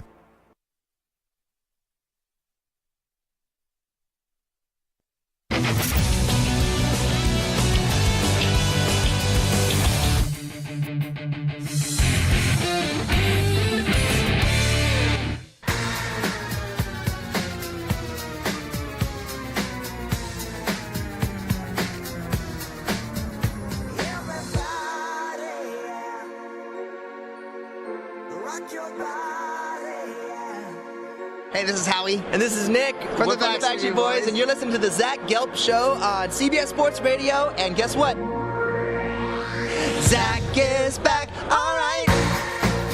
He's live. He's nationwide on CBS Sports Radio. This is the Zach Gelb Show. It's time to answer Ask the Pros question of the day. Brought to you by O'Reilly Auto Parts. Will in Chicago says, Zach, where do you think Justin Fields is going to land? You could submit a question by tweeting at CBS Sports Radio or at Zach Gelb using the hashtag #AskThePros. You could think O'Reilly Auto Parts for all your car care needs. Get guaranteed low prices and excellent customer service from the professional parts people at O'Reilly Auto Parts. O'Reilly Auto Parts. The guys behind the glass are asking me during the break. That's why we were laughing coming back from break. On if I have any good impressions outside of the Shep one that I debuted today. I do a good Pharrell, and I love Scotty Pharrell. Shake it up, Pharrell on the bench here. Carver High Mafia, shake it up. So I do, I don't think it's tough to do Pharrell's voice because it's just such an iconic, different voice, and Scott Pharrell is an absolute legend. One day, I will debut my Mark Ryan impersonation.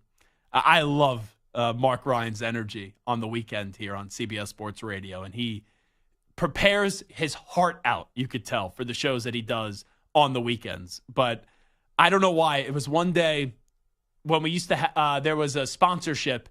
I won't say the company, but there was a sponsorship at the top of the hour. And whenever I would do the, we're coming to you live, I thought to myself that I heard a little Mark like Ryan and Marv Albert in my voice, which is a great compliment to Mark Ryan that I just put in the same sentence as Marv Albert. I'm sure he'll love that. But whenever I did this one read, I had to not be as excited on the air when I did the read and have like my natural Zach Gelb energy. Because if I did that, I started to only hear Mark Ryan's voice. And then I just could never get off of it during that segment because that's just the way that my brain is just spinning and the way that my brain works. But anyway, to get to Will's question in Chicago, Justin Fields, where do I think he will land? I'm kind of thinking the Vikings. You know, I'll do 5 destinations here. And I will go least likely to most likely. These would be the 5 teams that I think could be some serious juice. Number 5 is the Patriots. In all likelihood, I do think at number 3, they're going to take Jaden Daniels. But let's say they want to take Marvin Harrison Jr. and trade a 2nd or a 3rd round pick for Justin Fields. And I originally wanted the Patriots to draft Justin Fields. You know, during the pandemic when they had the draft, which I love Adam Schefter, but he did not want that draft to happen. I remember that whole situation. I remember the company was big on putting out like these videos during the pandemic. You know, just give us a quick take at home, things like that. And they go, who do you think the Patriots are going to draft? I'm like, I think they're going to trade up and get Justin Fields. So I'm okay on passing on a quarterback at 3 and taking Marvin Harrison Jr. because I think he's the best player in this draft. And then trying the Justin Fields experiment for 2 years. In at number 4, I would say it's the Seattle Seahawks. I know they just re-signed Geno Smith a year ago, and they gave him that extension. I don't think Geno Smith is the long-term answer there. Justin Fields, I thought, was more failed. Now, he has to be better himself, but I thought he was more failed by Chicago than him failing the Bears. And you have a roster in Seattle that has DK Metcalf, Tyler Lockett, and then also you do have Jackson Smith and Jigba. And I don't know the contract situation for Tyler Lockett. Let me look it up real quickly. But it wouldn't shock me when you have JSN, Jackson Smith and Jigba, and you have DK Metcalf, and Lockett's in his 30s, if maybe they try to trade Tyler Lockett this offseason. So Lockett, who is a criminally underrated wide receiver, he's under contract for 2 more years. And now you're bringing a new coach in Mike McDonald. I'm not going to say that the Seahawks are rebuilding, but I do think they're retooling. It would not shock me if at some point this offseason, when you already have DK Metcalf and Jackson Smith and Jigba is going to be a really good wide receiver. I know Seahawks fans may not like it, but I could see them getting something back and something of significance back for Tyler Lockett with 2 years remaining on that deal. And now would probably be the time to trade him rather than wait until he goes into the final year of his contract. But I do believe Fields could be a good fit for the Seattle Seahawks. And at number 3, here we go. The Pittsburgh Steelers. I don't like Kenny Pickett as a pro quarterback. I know people are happy with what Mason Rudolph did down the stretch. I've seen enough of Mason Rudolph. You have Pickens. You have Deontay Johnson, who I think are on the verge of wanting to kill one another because only the quarterback could only find one of those guys because their quarterbacks aren't any good. You put Fields in that environment with Tomlin and that defense, yeah, I would be on board with that. Because here's the problem with the Steelers. When their offense is humming, like when Big Ben was there, their defense wasn't good. When Big Ben's getting towards a later stage of his career and Le'Veon Bell and Antonio Brown is no longer there, the defense was great. The offense stunk. The last few years, the defense has been good, but they haven't had enough on offense. You bring in Fields, he has a higher upside than Pickett. He has a higher upside than Mason Rudolph. I'd rather take the gamble, even if it means 4-year deal, the 4th year of that rookie contract, and then giving him the 5th-year option, than waiting to see if this year Kenny Pickett will be the guy. Because I think it's more likely than not that Kenny Pickett won't be the guy than he will be the guy. In at number 2, the Atlanta Falcons. Like maybe the Falcons trade up in this draft, but I don't think the Bears moving off their pick. I don't think the Commanders are moving off the pick, and it's probably more unlikely that the Patriots are moving off the pick. So you're probably having quarterbacks 1, 2, 3, boom, boom, boom, Williams, May, Daniels in the first 3 picks of the draft. So like you're the Falcons, you fall in love with a Michael Penix Jr., Bo Nix, J.J. McCarthy. All right. I think Fields is better than all three of those quarterbacks. And you have a team in Atlanta that's ready to win. Like, look at the NFC. The NFC has the Niners, questions about the Eagles, question about the Cowboys. You know, we'll see if the Rams can get their magic back. They started to do that this year, but they're an older team with some youngsters. But their quarterback is older, even though he had an incredible season. Seattle is not ready to go. So you look at the NFC, the Lions are you don't think you're going anywhere?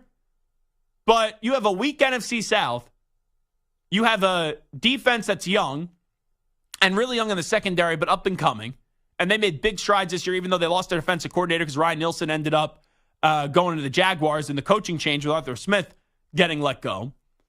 And on offense, you got Bijan Robinson, Tyler Algier, Kyle Pitts, who wasn't used properly, and Drake London.